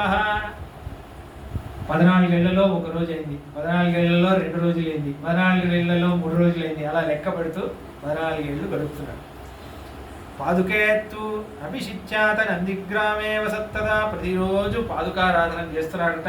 పొద్దున్న లేస్తాడట, నందిగ్రామం నుంచి అక్కడ సరయూ నది నీళ్లు తీసుకొస్తాడు, పాదుక ఆరాధన చేస్తాడు, కూర్చంతాడు, తపస్సు చేస్తాడు. ఈ తిరుమలలో తోమాల సేవ అని ఒకటి అవుతుంది పొద్దున ఎర్లీ మార్నింగ్ అయ్యాక. దాని తర్వాత భోగమూర్తి దగ్గర ఇవాళ ఇది ఇంత లెక్క, నిన్న ఇవాళ ఖర్చు అయింది, ఇంత ఆదాయం వచ్చింది అని చెప్తారు. ఎప్పుడైనా 5 o'clock వెళ్ళారనుకోండి మైక్లో వినిపిస్తుంది సహస్రనామార్చన ముందు. ఎప్పుడైనా విన్నారనుకోండి సుప్రభాతం తిరుపతి అంతా అయ్యాక చెప్తారు మైక్లో. మీరు అవన్నీ చెప్తారు, శ్రీనివాస స్వామి దగ్గర చెప్తారు, అన్నీ లెక్క పెట్టేసి చెప్తారు. అలా భరతుడు ఇవాళ ఇది ఇది అయింది, ఇవాళ ఈ మినిస్టర్ కలిశాడు, ఇవాళ ఇది ఇది అయింది, పాదుక అనుగ్రహిస్తే ఇవాళ అవుతుంది, పాదుక అనుగ్రహిస్తే ఇవాళ ఈ పని చేయాల్సి ఉంది, పాదుక అనుగ్రహిస్తే ఇవాళ ఈ పని ఉంది అని అలా అన్ని పాదుక దగ్గర సవాలవ్యజనం ఛత్రం ధారయామాస స్వయం భరతశాసనం సర్వం పాదుకాభ్యాం నివేదయన్. ఆ పాదుక ఆరాధన చేస్తుంటే అంట అంత ఆశ్చర్యంగా ఎన్నో గంటలు చేస్తాడంట. దానికి ధూపం ఏంటి, దీపం ఏంటి, గంధం ఏంటి, దానికి ఆసనం ఏంటి, దానికి చిత్రం వేస్తాడు. మనం అంతా పొద్దున్న చేస్తాం కదా, దానికి దర్పణం చూపిస్తాడు, దానికి చామరం చిత్రం, దానికి గొడుగు వేయడం, దానికి మళ్ళీ ప్రతిరోజు దానికి ఊరేగింపు, దానికి ఒక బ్రహ్మోత్సవం అన్నీ చేస్తున్నాడు. అన్ని పాదుకకి దానికి అశ్వవాహనం వ్రతవాహనం అన్ని అది కూడా చేస్తాడు. అన్ని చాలా అందంగా పాదుకారాధన, పాదుకా దాసుడిలాగా ఉంటున్నాడు. ఏం నిష్ట ఇది, మనకంతా రాదు ఈ నిష్ట, భరతుడి నిష్ట. అయితే పాదుకా ప్రభావం భరతుడు ఎలా చూపిస్తున్నాడు చూడండి. ఎందుకంటే అందరూ పాదుకను ఏమనుకున్నారంటే ఒక ఉపాంగం అనుకున్నారు. ఉపాంగం అంటే ఏంటంటే ఇప్పుడు మన ఛత్రం చామరం మీరు చూశారనుకోండి, ఈ సత్యనారాయణ వ్రతం అదంతా విన్నారనుకోండి, ధూపం సమర్పయామి, దీపం సమర్పయామి, చిత్రం సమర్పయామి, చామరం సమర్పయ, దాంట్లో పాదుకాం సమర్పణ వస్తుంది. అన్ని ఉపచారాల్లో పాదుక అని ఒక ఉపచారం అని అనుకున్నారు అందరూ. కానీ భరతుడు ఏం చేస్తున్నాడు, పాదుకకి ఉపచారాలు అన్ని సమర్పిస్తాడు. పాదుక గొప్పతనం చూపిస్తున్నాడు. అన్ని ఈ ఉపాంగాలతో పాటు పాదుక కూడా ఒక ఉపాంగం అనుకున్నారు అందరూ. కానీ భరతుడు ఏం చేస్తున్నాడు, భగవంతుడికి సమమైనది ఇది, భగవంతుడికి ఏమేమి ఉపచారం చేయాలో అన్ని ఉపచారాలు పాదుకకు కూడా చేయాలి అనేది ఒక లోకానికి చూపిస్తున్నాడు. పాదుక అంటే ఏమనుకున్నారు, అందుకే ఆ శ్లోకం ఉందే అదే, ప్రతితో రాఘవ పాదుకా ప్రభావ అనే విషయం. తదా హియత్కార్యం పైతి కించిత్ ఉపాయనం చోపహృతం మహారథం సపాదుకాభ్యాం ప్రథమం నివేద్య చకార పశ్చాత్ భరతో యథావత్. ఏ కార్యమైనా కొంచెం చిన్నదైనా సరే, చిన్న కార్యమైనా సరే, మహార్హం పెద్ద కార్యమైనా సరే, సపాదుకాభ్యాం ప్రథమం నివేద్య, ముందు పాదుక దగ్గర వెళ్ళేసి చెప్పేసి, ఓ పాదుకాదేవి నేను కొంచెం అక్కడ వరకు వెళ్ళేసి వస్తాను, ఓ పాదుకాదేవి నేను భోజనానికి వెళ్తున్నాను, ఓ పాదుకాదేవి అన్నీ చెప్తాడు. పాదుక దగ్గర అన్నీ పాదుకే శాసిస్తుంది అని మనస్ఫూర్తిగా సరెండర్ అయిపోయాడు. సపాదుకాభ్యాం ప్రథమం నివేద్య చకార పశ్చాత్ భరతో యథావత్. పాదుక అనుగ్రహం, పాదుక ఆమోదనం ఉంటేనే చేస్తాడు. ఆ పాదుకకి భరతుడికి ఒక కమ్యూనికేషన్. పాదుక చెబుతుంది భరతుడికి ఇది చెయ్యాలి, అది చెయ్యాలి అంటేనే చేస్తాడు. పాదుక ఆమోదం లేదనుకోండి, ఏమో పాదుక ఆమోదించలేదు కాబట్టి అవసరం లేదు అనేస్తాడు. అలా రాజ్యం ఏలిన రాజు భరతుడు. అందరూ రాజ్య పరమాత్మది అని అనుకున్న మహారాజులు చాలామంది ఉన్నారు. జనక మహారాజు కూడా అలానే ఉండేవాడు. జనక మిథిలాయాం ప్రతీప్తాయాం అని ఒక శ్లోకం కూడా వస్తుంది ఉపనిషత్తులో. మిథిలా నగరం కాలుతున్నట్టు ఒక మాయ చేశారు యాజ్ఞవల్క్య మహర్షి. అయినా కూడా జనక మహారాజు మాత్రం కదలలేదు. ఎందుకంటే ఇది పరమాత్మది రాజ్యం, నా రాజ్యం కాదు అన్నారు. అందుకే కర్మయోగి అంటే జనక మహారాజులాగా ఉండాలి అని కృష్ణుడు అంటున్నాడు గీతలో. కర్మ ఏవహి సంసిద్ధి ఆస్తికా జనకాదయా అంటారు భగవద్గీతలో. అలా చాలా రాజులు ఉన్నారు. ఈ రాజ్యం కృష్ణుడిది, ఈ రాజ్యం రాముడిది, కానీ రాజ్యం రామ పాదుకది అని ఉన్నది భరతుడు ఒక్కడే. అందుకే మన సంప్రదాయం ఇప్పుడు కూడా సంప్రదాయంలో ఏదైనా అయ్యారనుకోండి, ఎస్పెషల్లీ ఆండవనాశ్రమం సంప్రదాయంలో అందరూ ఏమంటారు, సరే నేను భగవంతుడి దగ్గర ప్రార్థిస్తాను మీ గురించి అని అంటారు. ఆండవనాశ్రమం సంప్రదాయం శిష్యుల్ని వెళ్ళి మాట్లాడు, ఎప్పుడైనా నేను పాదుక దగ్గర ప్రార్థిస్తాను. ఇప్పుడు కూడా వాళ్ళ సంప్రదాయంలో అదే, పాదుక దగ్గర ప్రార్థిస్తాను అని అంటారు. వాళ్ళకి ఏదైనా కష్టం వస్తే కూడా ఆండవనాశ్రమం సంప్రదాయంలో పెరియాండవన్ ఒక ఆండవన్ స్వామి గారు ఇప్పుడు కూడా ఆ పెరియాండవన్ స్వామి వారు అవతారం అయ్యి 150 సంవత్సరాల పైన అవుతుంది. ఇప్పుడు కూడా చాలామంది శ్రీరంగంలో పెరియాశ్రమం అని ఉంటుంది. అక్కడ పెరియాండవన్ స్వామి వారి పాదుక ఉంటుంది. ఆ ఏదైనా కష్టం వస్తే ఆ పాదుక దగ్గర సమర్పించేసి ఇన్ని రోజులు ఆ పాదుక ప్రార్థిస్తే నెరవేరుతుంది అని ఇప్పుడు కూడా నమ్మకం. ఇప్పుడు కూడా నెరవేరుతుంది చాలామందికి. ఇప్పుడు కూడా అంటారు. అంతెందుకు, ఇప్పుడు ఈ ఆండవన్ స్వామి వచ్చారు కదా, ఈ ఆండవన్ స్వామి ముందు ఉండే ఆండవన్ స్వామికి ఈ ఆండవన్ స్వామికి ఆల్మోస్ట్ ఒక 1 year గ్యాప్ వచ్చింది. ఎవరు నెక్స్ట్ పీఠాన్ని ఎవరు అధిరోహిస్తారో అని పెద్ద సమస్య. వీళ్ళు వస్తారా వాళ్ళు వస్తారా, ఎవరు ముందుకు రాలేదు. అప్పుడు వాళ్ళందరూ కూర్చొని అఖండంగా సుమారు ఒక 3 నెలలు వ్రతం చేశారు. ఏం వ్రతం తెలుసా? పెరియాండవన్ పాదుకని ప్రార్థించారు. పెరియాండవన్ స్వామి వారి ధ్యాన శ్లోకం చెప్పడం, ఆ పాదుకని ప్రార్థించడం, ప్రార్థించేసి చేస్తూ ఉంటే సడన్గా ఆ ఇంతకుముందు ఎవరైతే ఆండవన్ స్వామి ఉన్నారో వారి పూర్వాశ్రమంలో వారి కుమారులే ఆయనే పీఠాన్ని అధిరోహిస్తానని అనుకున్నారు. ఇప్పుడున్న స్వామివారు ఉన్నారే ఆయన ఆ స్వామి శ్రీ వరాహ మహాదేశికన్ అన్న స్వామి. కాబట్టి ఆ పాదుకా ప్రభావం అనేది చాలా గొప్పది. అయితే భరతుడి వృత్తి ఇలా ఉండేది. 14 ఏళ్ళు ఇలా గడిపాడు. దీని తర్వాత ఇప్పుడు మనం పాదుకా ప్రభావం చూడాలి. వచ్చేంత వరకు మనం పాదుకా ప్రభావం చూద్దాం. కానీ ముఖ్యమైన విషయం ఏంటంటే భరతుడు చెప్పాడు చూడండి, వశిష్ఠ మహర్షి గురుకృప వల్ల వచ్చింది అన్న విషయం. చాలా ఉత్తమమైన విషయం. కబీర్ దాస్ది ఒక పాట ఉంది. ఈ పాట మీరు వినుంటారు. అందరు రామ బాహర్ రామ ఒక పాట విన్నాను.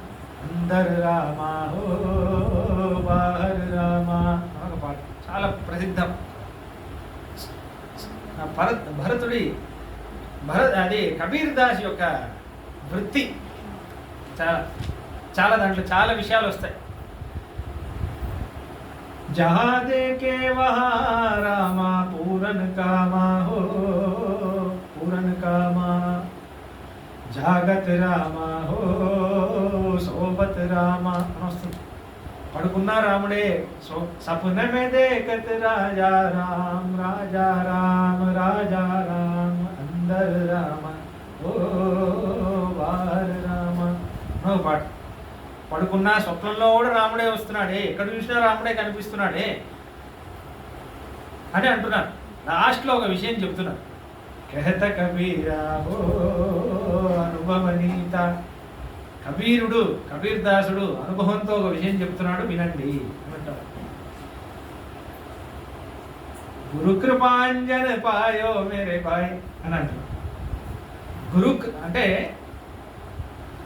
అప్పుడంతా ఏంటి అంధకారంలో కాటుక, మంచి కాటుక, ఇప్పుడు వచ్చే కాటుక కాదు, నిజమైన కాటుక పెట్టుకున్నారనుకోండి, రాత్రిలో ఉన్నది కనిపిస్తుంది అని ఉంది విషయం. కాటుక పెట్టుకుంటే కనిపిస్తుంది అని విషయం. పాతకాలం బ్లాక్ అండ్ వైట్ సినిమాలన్నీ చూశారనుకోండి, దొంగలకి కాటుక ఉంటుంది. చూసారా ఎప్పుడైనా? కాటుక పెట్టుకొని వస్తారు దొంగలు. చాలా చూడండి, చాలా బ్లాక్ అండ్ చాలా పాత సినిమాల్లో కాటుక పెట్టుకొని వస్తారు. అది ఉంది నిజంగా. ఇది వేదాంత స్వామి కూడా అంటున్నారు. భగవద్ధ్యాన సోపానం మొదటి శ్లోకం. అంతర్జ్యోతి కిమపి యమినాం అంజనం యోగ దృష్టే చింతారత్నం సులభమిహనః సిద్ధి మోక్షానురూపం. ఒక నిధి ఉంది, అంతర్జ్యోతి ఒక నిధి ఉంది. రంగనాథుడు అని ఒక మణి ఉంది. ఆ మణి నాకు కనిపిస్తుంది ఎందుకంటే నేను ఒక కాటుక పెట్టుకున్నాను. ఆ కాటుక పెట్టుకుంటే నాకు కనిపిస్తుంది అని అంటున్నారు. కానీ అది ఏ కాటుక చెప్పలేదు. అది ఇప్పుడు కబీర్ దాస్ ఉన్నారే, తర్వాత ఒక 200 years తర్వాత కబీర్ దాస్ వచ్చారు. ఆయన చెప్తున్నారు, అందరు రామాహో, నాకు ఎక్కడ చూసినా రాముడే. లోపల రాముడు, బయట రాముడు, పడుకున్న రాముడు, మేలుకున్న రాముడు, ఎక్కడ చూసినా రాముడే కనిపిస్తున్నాడు. ఎలా తెలుసా? నేను చెప్తాను, అనుభవంతో చెప్తున్నాను, వినండి. గురుకృపాంజన పాయో, గురుకృప అనే కాటుక పెట్టుకోండి, రాముడు కనిపిస్తాడు. గురువు సేవ చేయండి. ఒక సత్సంప్రదాయంలో ఉన్న ఒక సదాచార్యుని ఆశ్రయించండి. ఆయన శిష్యుడిగా అవ్వండి. పంచ సంస్కారం అంతా తీసుకోండి, శరణాగతి చేయండి. గురు కృప వల్ల, గురువు కృప మీ దగ్గర ఉందనుకోండి, ఆ గురువు మంచి వైష్ణవ సంప్రదాయంలో ఉన్న గురువు అయితే, ఆయన కృప మీ మీద ఉన్నట్లయితే రాముడు కనిపిస్తాడు. ఇది నేను నా అనుభవం. కేత కబీర అనుభవనీత. నేను నా అనుభవంతో చెప్తున్నాను. ఎందుకంటే కబీర్ దాస్ గురు ఎవరు? కబీర్ దాస్ గురు ఎవరంటే రాఘవానందుడు అని ఒక స్వామి. ఆ రాఘవానందుడు ఎవరంటే రామానంద అని ఒక సంత్ రామానంద్, మీరు వినుంటారు. రామానంది సంప్రదాయమే అయోధ్యలో ఇప్పుడు కూడా. అయోధ్యలో వాళ్ళు సేవ చేసేవాళ్ళు రామానంద సంప్రదాయమే. ఆశ్చర్యం ఏంటంటే ఆ రామానంద సంప్రదాయం రామానుజాచార్యుల వారు చేశారు. ఆయనకి సన్యాసాశ్రమం రామానుజాచార్యుల వారే ఇచ్చారు. కాబట్టి వైష్ణవ సంప్రదాయం అంటే రామానుజ సంబంధం ఉండాలి, ఉంటేనే అది ఎలాగైనా వస్తుంది. కాబట్టి ఆ ఆచార్య సంబంధం అనే ఒకటి ఉంది కదా, అదే మనకి రక్ష. అందుకే ముందు ఆచార్య సంబంధం ఏర్పడాలి, ఆచార్యుడి శిష్యుడిగా అవ్వాలి, మంచి వైష్ణవ సంబంధం ఏర్పడమైంది, శరణాగతి అయింది అనుకోండి, ఆచార్య పాదుక తీసుకున్నాం అనుకోండి, భగవంతుడి పాదుక కంటే ఆచార్య పాదుక ఇంకా గొప్పది. ఆచార్య పాదుక తీసుకున్నాం అనుకోండి, ఆ ఆచార్య రాముడే భరతుడైనా రామ పాదుక దగ్గరే చూపిస్తున్నాడు. కానీ మన ఆచార్యులు ఉన్నారే మన సంప్రదాయంలో ఆచార్య పాదుక దగ్గర అంత నిష్ఠతో ఉంటున్నారు. శ్రీమ పెరియాండవన్ పాదుకని వేడండి అవుతుంది అని అంటున్నారు. అందుకే ఆండవనాశ్రమ సంప్రదాయం మ్యాగజైన్ కూడా రంగనాథ పాదుక అని పేరు మ్యాగజైన్. మన అహోబిల మఠంలో కూడా అహోబిల మఠంలో నృసింహుడికి పాదుక ఉంటుంది, మాలోలుడు అని పేరు. 9 నరసింహస్వామి యాక్చువల్లీ మొదటి ఇది చెప్పి ముగించేస్తాను. మొదటి జీఆర్ స్వామి వారిని నృసింహుడే పిలిచాడు, నువ్వు అహోబిలానికి రా, నువ్వు అహోబిలానికి రా. ఆయన గృహస్థుడిగా ఉన్నప్పుడు బ్రహ్మచారిగా ఉన్నప్పుడు శ్రీనివాసాచార్యులు అని పేరు ఆయనకి. 3 సార్లు కల్లో వచ్చి చెప్పాడు నరసింహుడు. అయితే ఆయన అహోబిలం వెళ్ళారు, మైసూరు నుంచి అహోబిలం వెళ్ళారు. వెళ్ళినప్పుడు ఒక సింహంలానే ఒక సన్యాసి రూపంలో నృసింహుడే వచ్చి ఆయనకి పంచ సంస్కార దీక్ష ఇచ్చేసి, నృసింహుడి ఇచ్చ నీ ద్వారా అహోబిల మఠం అని ఒక మఠం స్థాపనం చేయాలి. ఆ నృసింహుడిని మీరు మొత్తం భారతదేశం మొత్తం మీరు తీసుకెళ్ళి ప్రచారం చేసి అందరికీ వైష్ణవ సంప్రదాయం బోధించి అందరికీ మోక్షం వచ్చేటట్టు మీరు చేయాలి అనే విషయం. అయితే ఇప్పుడు ప్రేక్షమంత్రం తీసుకున్నారు, సన్యాసాశ్రమం తీసుకున్నారు, అంతా అయింది. ఆయన సన్యాసాశ్రమం తీసుకోగానే ఆ స్వామి కనిపించలేదు, ఎవరైతే ఇచ్చారో సింహం రూపంలో. అయితే ఇప్పుడు ఈ స్వామికి ఒక సందేహం వచ్చింది. ఎందుకంటే అహోబిలంలో 9 నరసింహస్వాములు ఉన్నారు. నవనారసింహ క్షేత్రం అని పేరు తెలుసా? జ్వాలాహోబిల మాలోల క్రోడకారంజ భార్గవాహ యోగానంద చత్రవట పావన నవమూర్తయ 9. జ్వాలా నరసింహుడు, అహోబిల నరసింహుడు, మాలోల నరసింహుడు, క్రోడ నరసింహుడు, కారంజ నరసింహుడు, భార్గవ నరసింహుడు, యోగానంద నరసింహుడు, చత్రవట నరసింహుడు, పావన నరసింహుడు. 9 నరసింహస్వాములు. ఇప్పుడు ఏ నరసింహస్వామిని తీసుకెళ్ళాలి? 9 నరసింహస్వామిని తీసుకెళ్ళు అన్నారు. ఏ నరసింహస్వామిని తీసుకెళ్ళాలి? అప్పుడు ఏం చేశాడంట, ఈ మాలోల నరసింహస్వామి ఉన్నారు కదా అని మాలోల అని పేరు. మా అంటే మహాలక్ష్మి, లోల అంటే ఇష్టమైన వాడు అని అర్థం. లక్ష్మికి చాలా ఇష్టమైన వాడు అని అర్థం. ఆయన ఏం చేశాడు, ఆయనే చేతిలో వచ్చేసాడు. ఈయన అడుగుతున్నప్పుడు ఏ నరసింహస్వామిని తీసుకెళ్ళాలి అని ఆయన ఆలోచిస్తున్నప్పుడు మాలో ఎవరైనా వేరే నరసింహస్వామి చేస్తారేమో అని ఈయన ముందు వచ్చేసాడు. వచ్చి చేతులు నన్ను తీసుకెళ్ళు అన్నారు. ఆ నరసింహుడే ఇప్పుడు అహోబిలం జీఎస్ స్వామి దగ్గర వస్తారు. ఆయనే మొత్తం సంచారం, ఎక్కడ వెళ్ళినా ఆయనే వస్తూ ఉంటారు. ఆ మాలోల నరసింహస్వామిని ఎలా గుర్తుపట్టాలి అంటే, వేరే నరసింహస్వామి వారికి మాలోల నరసింహస్వామి వారికి 2 మంచి డిఫరెన్షియేషన్ మంచి మీరు గుర్తుపట్టచ్చు. ఏంటంటే వేరే నరసింహస్వామి వారికి పాదుక ఉండదు, మాలోలుడికి పాదుక ఉండదు. ఇదొక విషయం. రెండవ విషయం ఏంటంటే, వేరే నరసింహస్వాములందరూ గరుడ వాహనంలో కూర్చోరు, మాలోల నరసింహస్వామి గరుడ వాహనంలో కూర్చుంటారు. అహోబిలంలో ఎంత ఆశ్చర్యంగా అంటారంటే, ఒకడు చెప్పులు వేసుకొని బండి మీద కూర్చున్నారు రెడీగా, నన్ను ఎవరైనా తీసుకెళ్తే బాగుంటుంది అన్నట్టు రెడీగా ఉన్నారు. ఎన్నో ఏళ్ల నుంచి రెడీగా ఉన్నాడు, చెప్పులు వేసుకొని తన వాహనం మీద కూర్చొన్నారు, నన్ను ఎవరైనా తీసుకెళ్తారా అని. ఈ స్వామి రాగానే వెంటనే ఇదే ఆపర్చునిటీ, ఇది వెంటే మంచి అవకాశం రాదు అని వచ్చి కూర్చున్నాడు. కాబట్టి అందుకే ఆ మాలోల నరసింహస్వామినే తీసుకొస్తూ ఉంటారు. అంత ఆశ్చర్యంగా ఉంటారు. ఎంతమంది మీరు ఎంతమంది చూశారు. కాబట్టి ఎందుకు చెప్తున్నానంటే ఆ పాదుక అనే సంప్రదాయమే మనదే. ఈ షఠారి అనేది కూడా శ్రీ వైష్ణవ సంప్రదాయంలోనే ఉంది. ఉత్తర భారతం వెళ్ళారంటే వాళ్ళకి తెలియదు షఠారి అంటే ఏంటి అనేది తెలియదు. అంతెందుకు రామాయణ సంప్రదాయం దాటితే తెలియదు షఠారి అంటే ఏంటి, దాంతో ఏం చేయాలి అనేది తెలియదు విషయం. దానికి ఏం పూజ, ఏం మంత్రం, అవన్నీ ఏం తెలియదు. ఇప్పుడంతా వేరే గుడిలో కూడా వచ్చేసింది. అందరూ షఠగోపం అంటున్నారు కానీ ఏదో షాప్ నుంచి కొనుక్కొని పెట్టేస్తున్నారు. దానికి ఏం ప్రతిష్ట ఉంది ఏం తెలియదు. ఏదో ఆ గుడిలో ఉంది, మన గుడిలో కూడా పెట్టుకుందామని పెట్టుకుంటున్నారు కానీ అందరికీ షఠారి లేదు. ఓన్లీ ఆయనకే, ఆయన పాదుకకి మాత్రమే షఠారి అని పేరు, వేరే పాదుకకి షఠారి అని పేరు కాదు. కాబట్టి షఠారి అనేది రామాయణ సంప్రదాయం విషయమే. కాబట్టి అంత మంచి సంప్రదాయం ఈ మనకి ఆదర్శం ఎవరంటే భరతుడే.